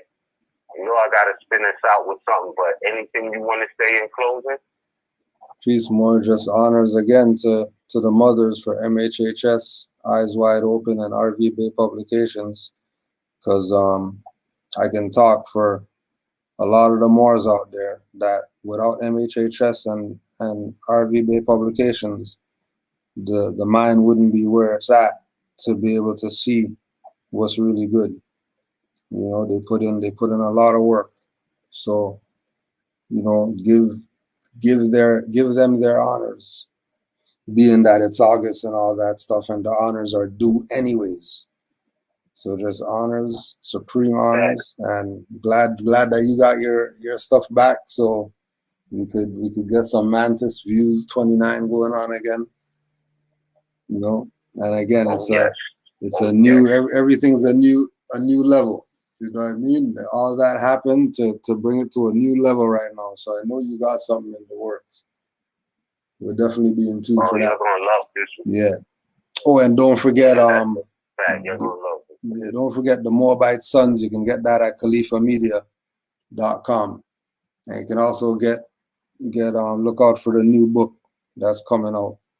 We got the new book coming out, Hold Me Up, on Noble Drew Ali Law and Spirituality. So be on the lookout for that one. That one's on deck. Well, honors to you, Moor. Give thanks again for another great Thursday.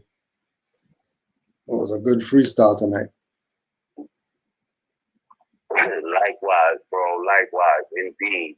And on that note of freestyle, I'm going to finish out with something off that Moor Sons. Maybe 2 tracks. We got 10 left. So I trust y'all support that. That's literature, that's music, that's culture, right? So you still see Moor is keeping the culture alive. It's not dead. It didn't go nowhere. You know what I'm saying? And I appreciate y'all the same way, man. Shout out to every Moor on this project. And, you know, for all the projects to come. We'll be back next month for sure. You know what I mean? And again, stay tuned to Everything Publication homepage. Y'all will know when it's about to go up. You know what I mean? So peace to y'all. Thanks to everybody for tuning in. Honors to all the Moors out there. Peace, Islam. Indeed, 100. Peace, Islam.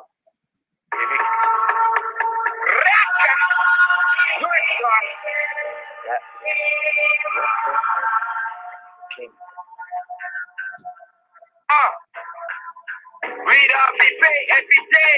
Uplift the T cause we all pay. We enforce the law and we obey. Our fathers from before until today. Reading my Quran and my Torah. Universal laws in Moor. Read 4 chapters, receive it 4 ways. Great divine love rules on first. Before I circle blocks, man, I circle said it first. You bust the image, but your rhymes hurt. Declare 13 disrespected earth. But it's all in God's plan. Today's mathematics don't judge man. Unity of life, embodiment of truth. I'm responsible for every deed cause I've seen the proof. Noble Drew.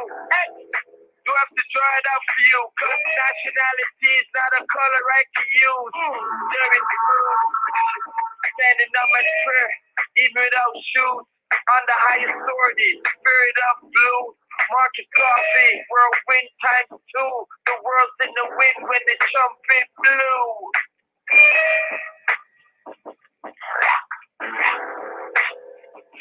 Stand up, go into your bathroom. If you got a big floor to ceiling, cut the light on and take a good hard look at yourself. You are the worst government. You know, and it took me a long time to get to understand that concept. I don't law and master. If I can govern myself, if I can govern my household, that's what I should be doing. Why should I walk out of my door and then leave everything that I know about myself in the house to go out and adopt something that I have no knowledge of? So we need to stop asking that question. I ask myself this question. If not me, then who? That's the wisdom, my friends, intelligent creatures, guardians of sacred knowledge, all making features. Secrets of the afterlife manifest the present day. Dirty mortals and scoundrels lose their heads in a pleasant way. Deceit and deception, negative past thoughts. Keep the awareness on point, spirit messages never off. Inner realization, encounter the higher self. Explain existence, explains my consistence. Without a foe, you never know, so fast most resistant. Divinity, my twin flame, side chick and mistress. Metaphysics, Kabbalistic, Almarock mystic. Patriarch, statistic, make my thoughts sadistic. So indigenous, call me Americanistic. Invoking the ancestors, Saracen cryptic. Suns on rotation, flows ecliptic. Shatter all illusions, reveal the realistic. Sitting in the dark, holding the light marvelous. Recognize the artifice. Skin so carbonous, hair so antenna. I feel them from Vienna, myriad of virtues, lessons in reptilian henna. Enlightenment seekers won't find it in mainstream. Focus as a laser, stay balanced like a beam. Not even a gymnast. Whenever I flip this, as above, so below, get out when within this. Don't think I'm a slave cause I speak in English. Drew, I'll leave the water, watch your flame get extinguished. Living in your higher, lower self is relinquished. Reputation of master teachers, call it distinguished.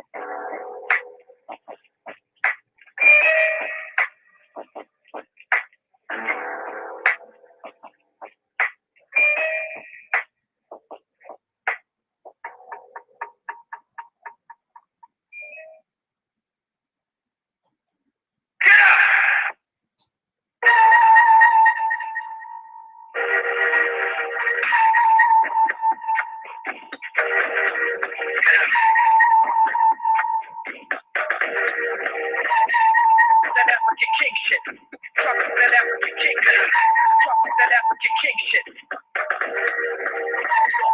That African king shit. Yo, talking that African king shit. Yo, talking that African king shit. Respect the queen and the woman such. We are not kings. We are not queens. We are not whack rappers and skinny jeans. We are more teams. We are too much. When we drop truth, they say too rough. Slow it down a touch. Fonts on a Dutch. You know my master or pastor. Minister divine. Without you sometime, if more deep with their autograph on the line. Standing on wrist and see with the thumb. Tears and feathers and actually from. Southern Morocco. Might say Maghreb to Arabic speakers. They know what I said. They won't call me king. Won't call me sire. Won't call me friar. Won't call me liar. Won't call me lawyer or esquire. Kings come from kingdoms, not empires.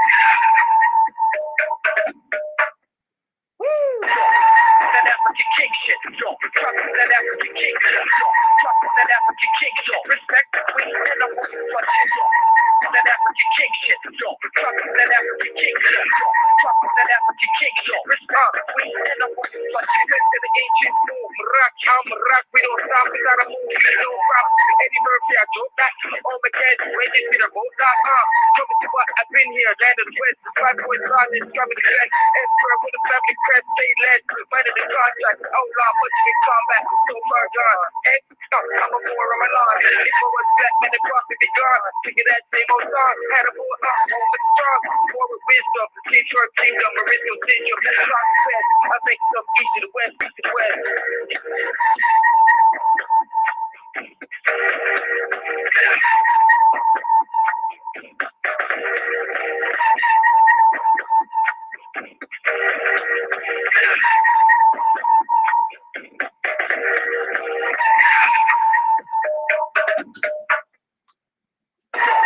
That African king shit, yo. Talking that African king shit, yo. Talking that African king shit. Respect the queen and the woman such it, yo. That African king shit, yo. Talking that African king shit, yo. Talking that African king shit. Respect the queen and the woman such it. King shit. King shit. King shit. King shit.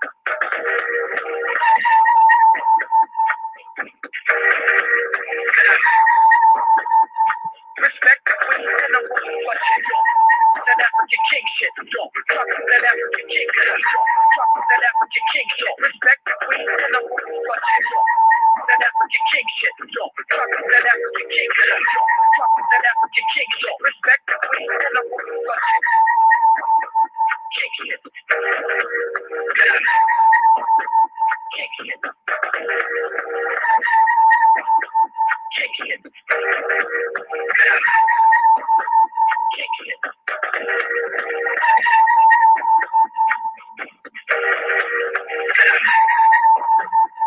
Respect the queen and the woman such it. Thank you for using Blog Talk Radio. Goodbye.